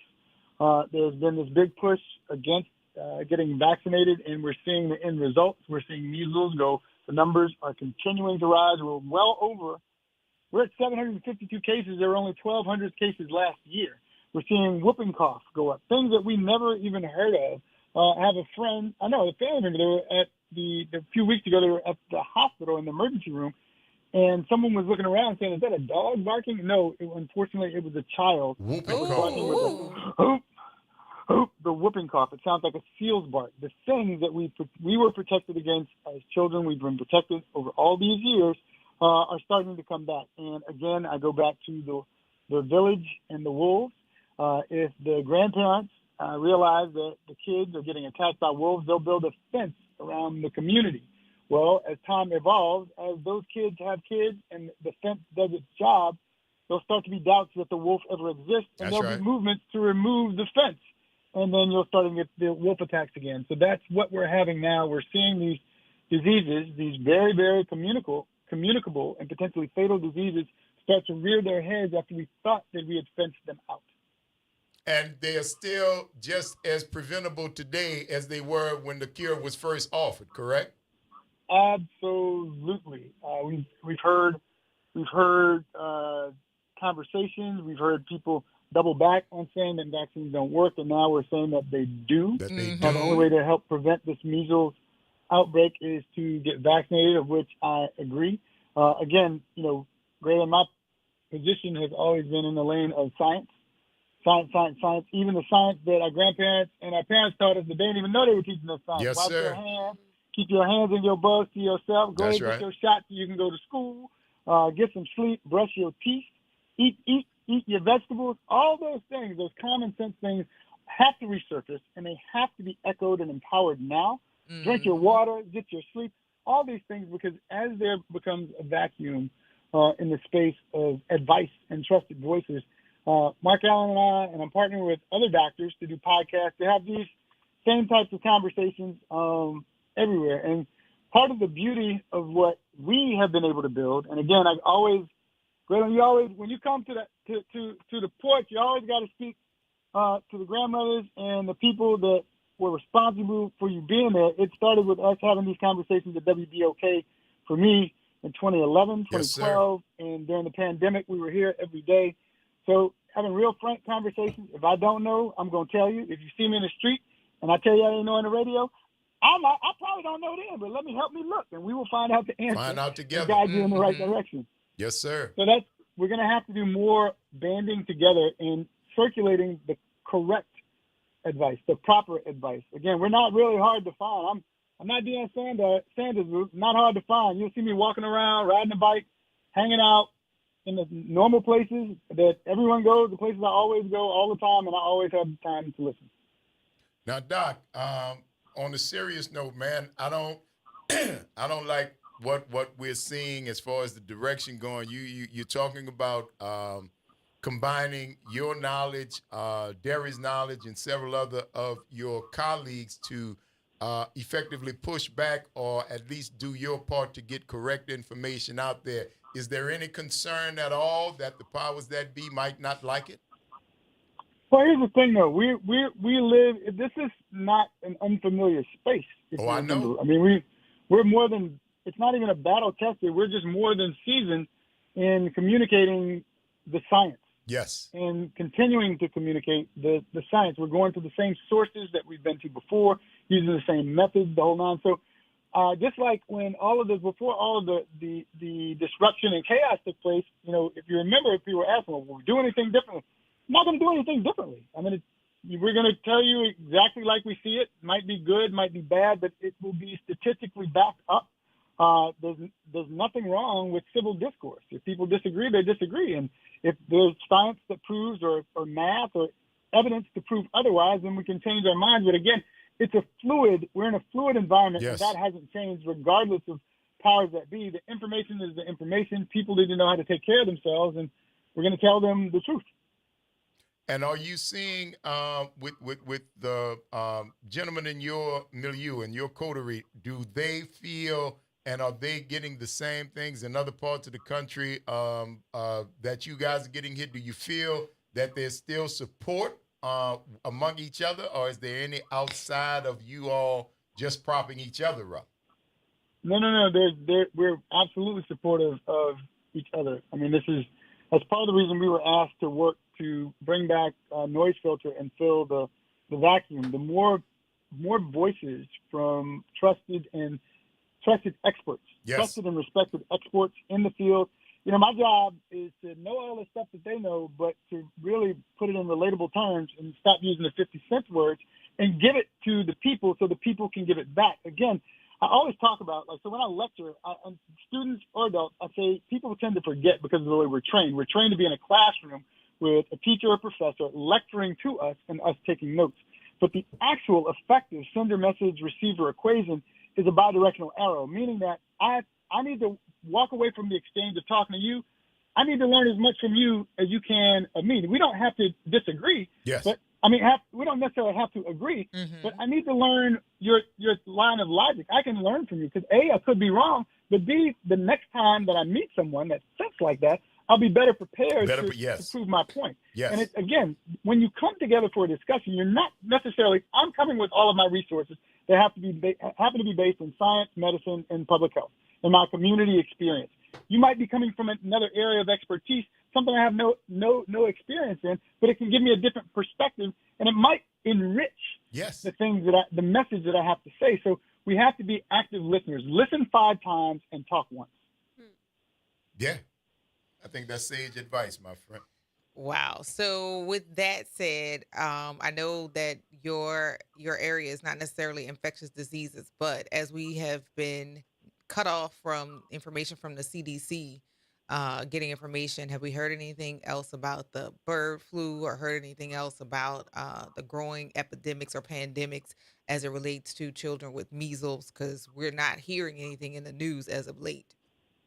So and again, this is, my superpower is I have super friends that are the experts in what they do. In the conversations with Mark Allen, in the readings that I've been doing, the measles numbers are still continuing to rise across the country, as are the ones that I mentioned earlier with whooping cough. There's always an eye out because once we moved to the point that the flus became less seasonal, we're always have an eye out on the flu. If you got to remember, these viruses, they don't have jobs. They don't sleep. They don't watch TV. So they're constantly trying and figuring out ways to get into our genome. So it's not like anything's being hidden. There's no big bomb that's been dropped as of late. Pardon the bad analogy, but there's nothing everything is moving at the pace that it was moving before. Now, I will say we are in allergy season. I don't know about y'all, but my allergies have never acted this way before. I never knew that I wanted yellow dusting painted into the coloring on my car. If you can see it, you're breathing it. Use your outside clothes. Leave your outside clothes downstairs and change. Just like when you were a kid, they had us change our clothes. Yes. Everything made sense. There was science behind that. Don't bring all that outside. You smell like outside. Those clothes look like you've been outside. Yeah. Don't bring that outside inside my house. Why? Because you're going to breathe it. You're going to touch it. It can contaminate anything it is that we're doing and try to keep clean on the inside. Same thing with our bodies, washing our face. And I bring this up because what's happened with some of these respiratory viruses, as we saw in years past, they've learned how to evolve to make you think that it might just be allergies. And I don't know about you, but I know several people that thought they had allergies and it was something other than that. Yes, yes. I want to talk about that too because folks who are used to runny noses and itchy eyes and stuff like that, should they not, Doc, just assume that is what they normally would be going through, especially since things are so different right now? Should they be looking into making sure or just ascertaining whether or not what you think is what it is actually that? So one of the rules of medicine is that, and the beauty of it is, common things happen commonly. So most likely it probably is your allergies, but are you doing everything that you're supposed to prevent you from being uncomfortable? Are you taking your pill 3 times a day? Have you rotated it every 3 months? Are you using your inhaler? Have you looked at the pollen reports outside? If you see it yellow and hazy outside, are you evaluating whether or not you really have to go outside? If you're sniffling and sneezing, yes, and you don't find it working, should you possibly get tested for COVID? Should you go to your doctor? Hey, is this a common cold? And we can't forget that there is a thing called the common cold that we have that can make us very sick. Right? Absolutely. Testing for flus. You just want to be more vigilant and ask your medical provider if you or your pharmacist if you have any concerns. But we do need to put these other things on the radar now because they're making themselves prevalent in non-traditional times. Doc, when you and Mark Allen were here before, I think a couple of weeks back, when we were talking about measles and having been immunized, MMR, having had that, what is the term that you would ask to get retested to see if you're still up to your immunization numbers if you had that MMR vaccine years ago? Yeah, and you know what's interesting is that I'm glad you brought that up because with regard to measles and right now, I said things are going at the last pace that you heard. We can assume the cases are undercounted because we're not doing the tracking anymore. Right. And the numbers are getting hard to pin down. So what you want to do is you want to ask your doctor do I need to get my titers done? Titers. Titers. That's do I need to titers. get my titers done which ones might I need to get my titers done? Whooping cough is one specifically, but you can test because over the years our immune systems change. There are some vaccines that need a booster every now and then. So it's good to talk to your doctor. Ask last time you got your Tdap or DTaP. They usually give the pertussis, the whooping cough one with tetanus. So when was the last time that you got a Tdap? Ask your doctor, is there a way to test my titer so you can protect yourselves and the people around you? Because measles, I say it again, if 10 people are in the room that are unvaccinated, one of them catches the measles and sneezes, 9 out of those 10 people will become infected. I'm not saying might. I said 9 will become infected. Measles can hang in the air, linger in the air for up to 2 hours after that sneeze. Oh. And be just as contagious. Titers. That's what I was trying to remember because I've got I've got an appointment coming up and I'm going to ask about that. I just want to make sure because I got them little ones that's around and I just want to make sure that I'm covered and I don't want them to make me I'm sick. glad you brought it up. You got the little ones, right? I'm so glad you brought that up because it's the springtime. It's I have grandbabies. Everybody's going to be in their outfit. That's right. On OG lap. That's right. The most vulnerable, right? You got to put on your your Sunday shirt set with your shoes when you go out on the lake with your sandals. After you get out of your church clothes and the picnic and the dinners at the party, we got Good Friday coming up. So now's the time to make sure you're as healthy as you possibly can be. And the titers is a test where they draw your blood to check and see. And oddly enough, I think I told you this the last time that I had the mumps and the rubella, but I did not have the measles vaccine. Yeah.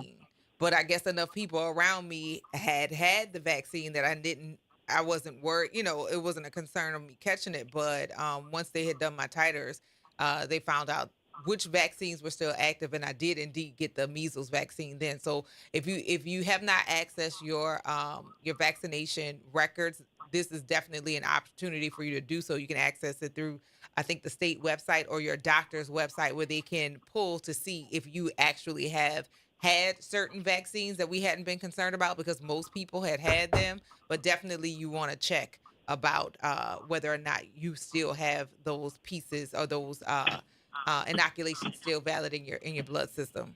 Doc, we got a couple of questions from the forum too, so stick and stay, man. We got to take this quick break. Don't go nowhere, all right? Will do.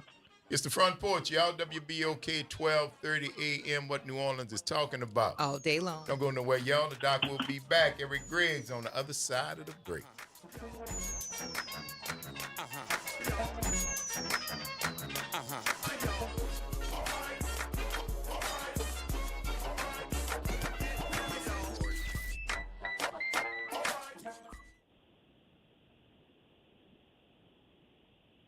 This is your news update for WBOK from WDSU. For all your news and weather, watch WDSU News, New Orleans' leader in live, local, late-breaking news. Today at noon and 4 p.m. More sunshine to kick off the work week. Mostly clear skies with afternoon highs in the low to mid-80s. Light breeze coming from the south. Tonight is comfortable, mostly clear, lows in the upper 50s to low 60s. A weak cold front passes through Tuesday, bringing a sprinkle or two. Highs in the upper 70s to low 80s. Dry weather continues for the rest of the week. From the WDSU First Warning Weather Center, I'm Raven Richard.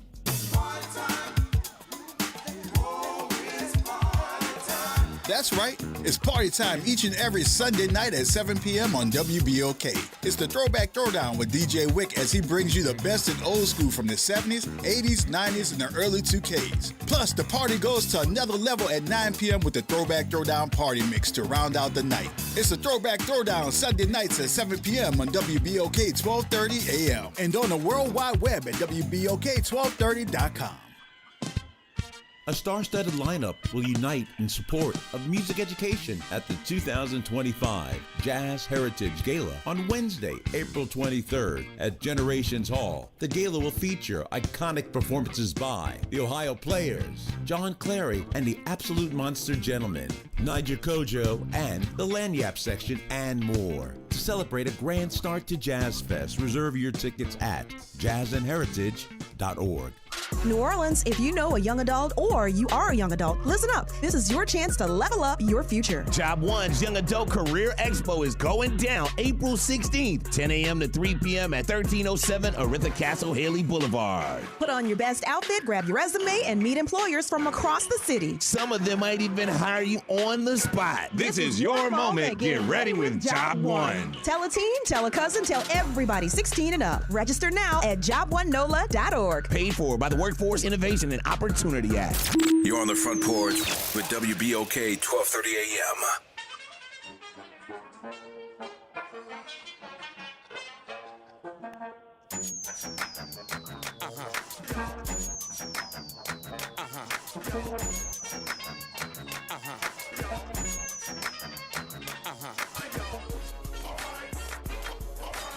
Welcome back, y'all. It's the Front Porch, WBOK 1230 AM. What New Orleans is talking about all day long. I'm your host, Graylin Bryant Banks. And I'm your host, Kimber White Dupree. Hey, y'all. I'm your co-host today, Kennedy Shanks. And that's Brother Nyron on the other side of the glass. Of course, we are joined by Dr. Eric Griggs. Doc, we got a question off the forum that wants to know, should we be wearing masks again?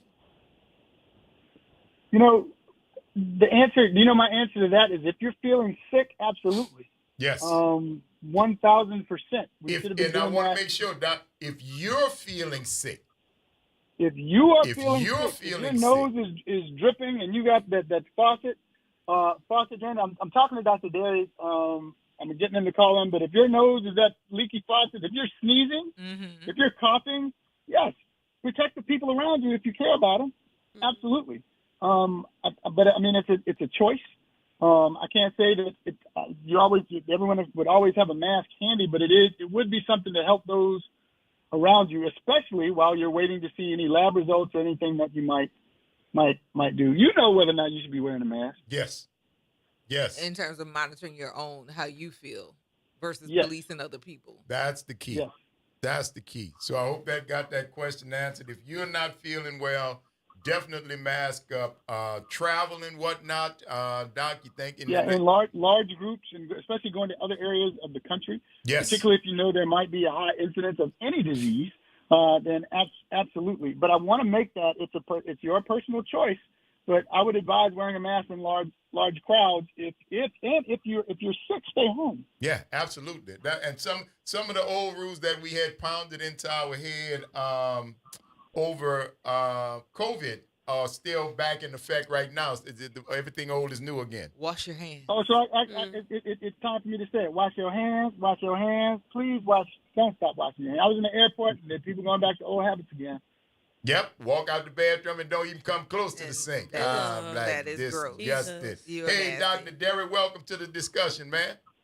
Hello. Speaking of airports, I'm at one right now. You're at one right now? Yes, indeed. How just a glance around you, what's the percentage of masks? 0. Wow. 0. 100% zero masks. That's pretty impressive. We've really come a long way. We have really come a long way backwards. We're really right in reverse. You're absolutely correct. We've come a long way in reverse. Just backwards. Yeah. Wow, 0. Yeah, 100% 0. But how many sniffles and sneezes and coughs do you see? It's hard for me to hear Eric. I didn't hear what he said. He was saying, how many sniffles, sneezes, and coughs are you experiencing? Yeah, probably plenty. Yeah. That'll never go away. That is gross. What have you guys been talking about? I'm sorry, I missed a little bit of the show. Oh, no worries, man. Eric was just giving us some updates on when we were talking about the measles, and we were talking about what folks need to be doing, talking about everything old is new again when it comes to prevention, because the numbers are going up, and at the same time, there's a cessation in the information that we can get from a one central source, i.e., the CDC. Yeah. Yeah, and I That's mentioned really that we're a pulling shame. back noise filter, and I said my superpower is I have super friends. I'm gonna try to see. That's why I texted you, because I want to get Mark Allen on, because he's closer. I can tell you what I read in the rooms that I'm in, but as an infectious disease specialist, Mark Allen full time does this, and they were asking about measles and the whooping cough and the latest numbers. Anything new? And I said I didn't see anything new, but Mark Allen might have more information. Yeah, well, in whooping cough, pertussis, whooping cough, first of all, here in Louisiana, since I've been in Louisiana for 20 years, we've had a kind of a low-level epidemic of pertussis. That's the name of the bacteria. Pertussis bordetella, I think, is the official name, but we call it whooping cough. There has been a whooping cough outbreak, low level, in the state of Louisiana, and it's finally getting to some of the other states as well. I would say kind of next to what we hear about, like, between COVID and flu and RSV and measles, I think pertussis, again, the other ones were viral organisms. This is the first bacterial organism that we're talking about, but that's really kind of getting out there. And the important thing is that the Tdap, the P in Tdap is pertussis. Mm-hmm. So that vaccine is incredibly important for all of us to keep up to date every 10 years. Every 10 years on the Tdap. On the Tdap, that's tetanus, Tdap, Diphtheria. Diphtheria, tetanus, diphtheria, and pertussis is that one. Those are all bacterial infections, and they are still around. I mean, I saw cases of tetanus when I was in Haiti after the earthquake, disastrous cases of tetanus, and then we probably see a lot more whooping cough than we're able to identify. The problem is that there's really no good diagnostics for it. And it's treated with a Z-Pak, and most people get a Z-Pak anyway when they go to the doctor. So, we're probably seeing a lot more of it, and adults and children get it. So yeah, so pretty aggressive. Now, we were talking about. Go ahead, Graylin. No, we had Lori on the front porch mentioned that she was in the store and heard a baby with that very percussive cough that kind of scared her. Can it be in infants and babies and at that age? It can. Yes, that's what I was just going to pivot to that. So in the children, it's like a seal barking. Is that whooping cough, and then for adults, it's something called post-tussive emesis. You'll get a long chronic cough for adults, 4 to 6 weeks of cough. But what will happen is that after you cough, you immediately empty your abdomen, your stomach, emesis, you vomit. We call it post-tussive emesis, where a tussive means to cough. So post-coughing vomiting, post-tussive emesis. So that's usually when someone will say, I cough so much that I throw up. That's like a red flag in my, I hear that and I immediately give them a Z-Pak and some Teflon pearls. So that's likely whooping cough. So something that we're still seeing a lot of as well. And that's one of the things that if you heard that and you were maybe was a young parent, is that something that, I mean, you're not dipping in folks' business, but that's something that you might want to just tell a parent if you hear that child sound like that to get them tested. Oh, yeah. No. Yeah. Any pediatrician, usually the cough is so bad, a parent will take their child to the pediatrician because it's not normal for them. Yeah. And the pediatrician will hear that and they will immediately treat that. Again, especially in this state, especially if a child doesn't, you'll forgive me. I'm not a pediatrician. I'm not a child doctor. So you'll forgive me, for not knowing the exact. Right. But, I know that a pediatrician will treat that immediately. I don't know what antibiotics, and I also don't know what ages children are when they do get a Tdap vaccine. So I don't know if children could be unvaccinated and they may get it. But as we kind of wrap up real quick, I wanted to talk about something we talked about a few weeks ago. Remember we talked about the hantavirus? Yes. And we were talking about Gene Hackman's wife. That's how right. I was concerned that we may start seeing more cases of it.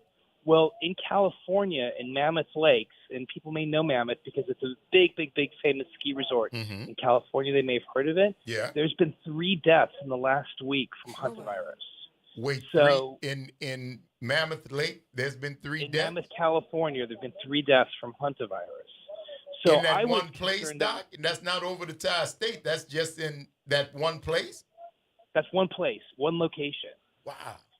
That's one location. And I had mentioned that we need to look at hantavirus as being a potential organism that we're going to probably start seeing more of because of that death that happened in Gene Hackman's wife. Yes. And I was kind of thinking we were going to probably see it more in the Southwest, but to see it, which is like New Mexico or Arizona or what have you, but to see it in California and to see 3 cases in 1 week, and all of them leading to death is really, really something for us to kind of consider and really think about, because it's again, these cases are truly, truly, truly the tip of the iceberg. We're only just seeing what's at the very, very top when there's way more ice beneath that tip there. And so just something for us to continue to follow and watch. Dr. Miyash, and for the hantavirus, and I know we got to go, we're about to wrap up, but masking helps on all of those fronts, yes? Yes, masking helps. And Stan, it's deer mice. Walk It's around. mice. Tell them about the mice, Mark Allen. Yeah, that's the mice dropping. It's the mice droppings. So you're mostly going to be masking if you're going into a garage that hasn't been touched for a long time, and there may have been some mice that have been living there, and you're going to clean it out. Yeah, you want to wear a mask for something like that. But otherwise, if you're out hiking, you're not necessarily going to have a mask on, but you're going to have done something to disrupt the mice droppings, that it becomes aerosolized. So, but again, we don't know any of the epidemiology of these people who died. But as soon as we find out about it, I will definitely jump on there and let you guys know more about it. We're looking forward to it. Dr. Mark Allen Derry, Dr. Eric Griggs, thank you guys so much, as we always do. We appreciate you, and we'll talk to you next week, all right? All right. All right, fellas. Have a great one. Thank y'all for giving us 3 hours out of your life that you'll never get back, and we certainly hope we've given you a little bit of something in return for the investment of your time. I'm your host, Graylin Bryant Banks. I'm your host, Kimber White Dupree. Take care of yourselves and each other. Bye, y'all. I'm your co-host, Kennedy Shanks. See y'all next week. And that's Brother Nyron on the other side of the glass. Y'all practice random acts of kindness. Do something nice for somebody just because it's a nice thing to do. Take care of yourselves and each other, and we're going to see y'all on the flip. Bye.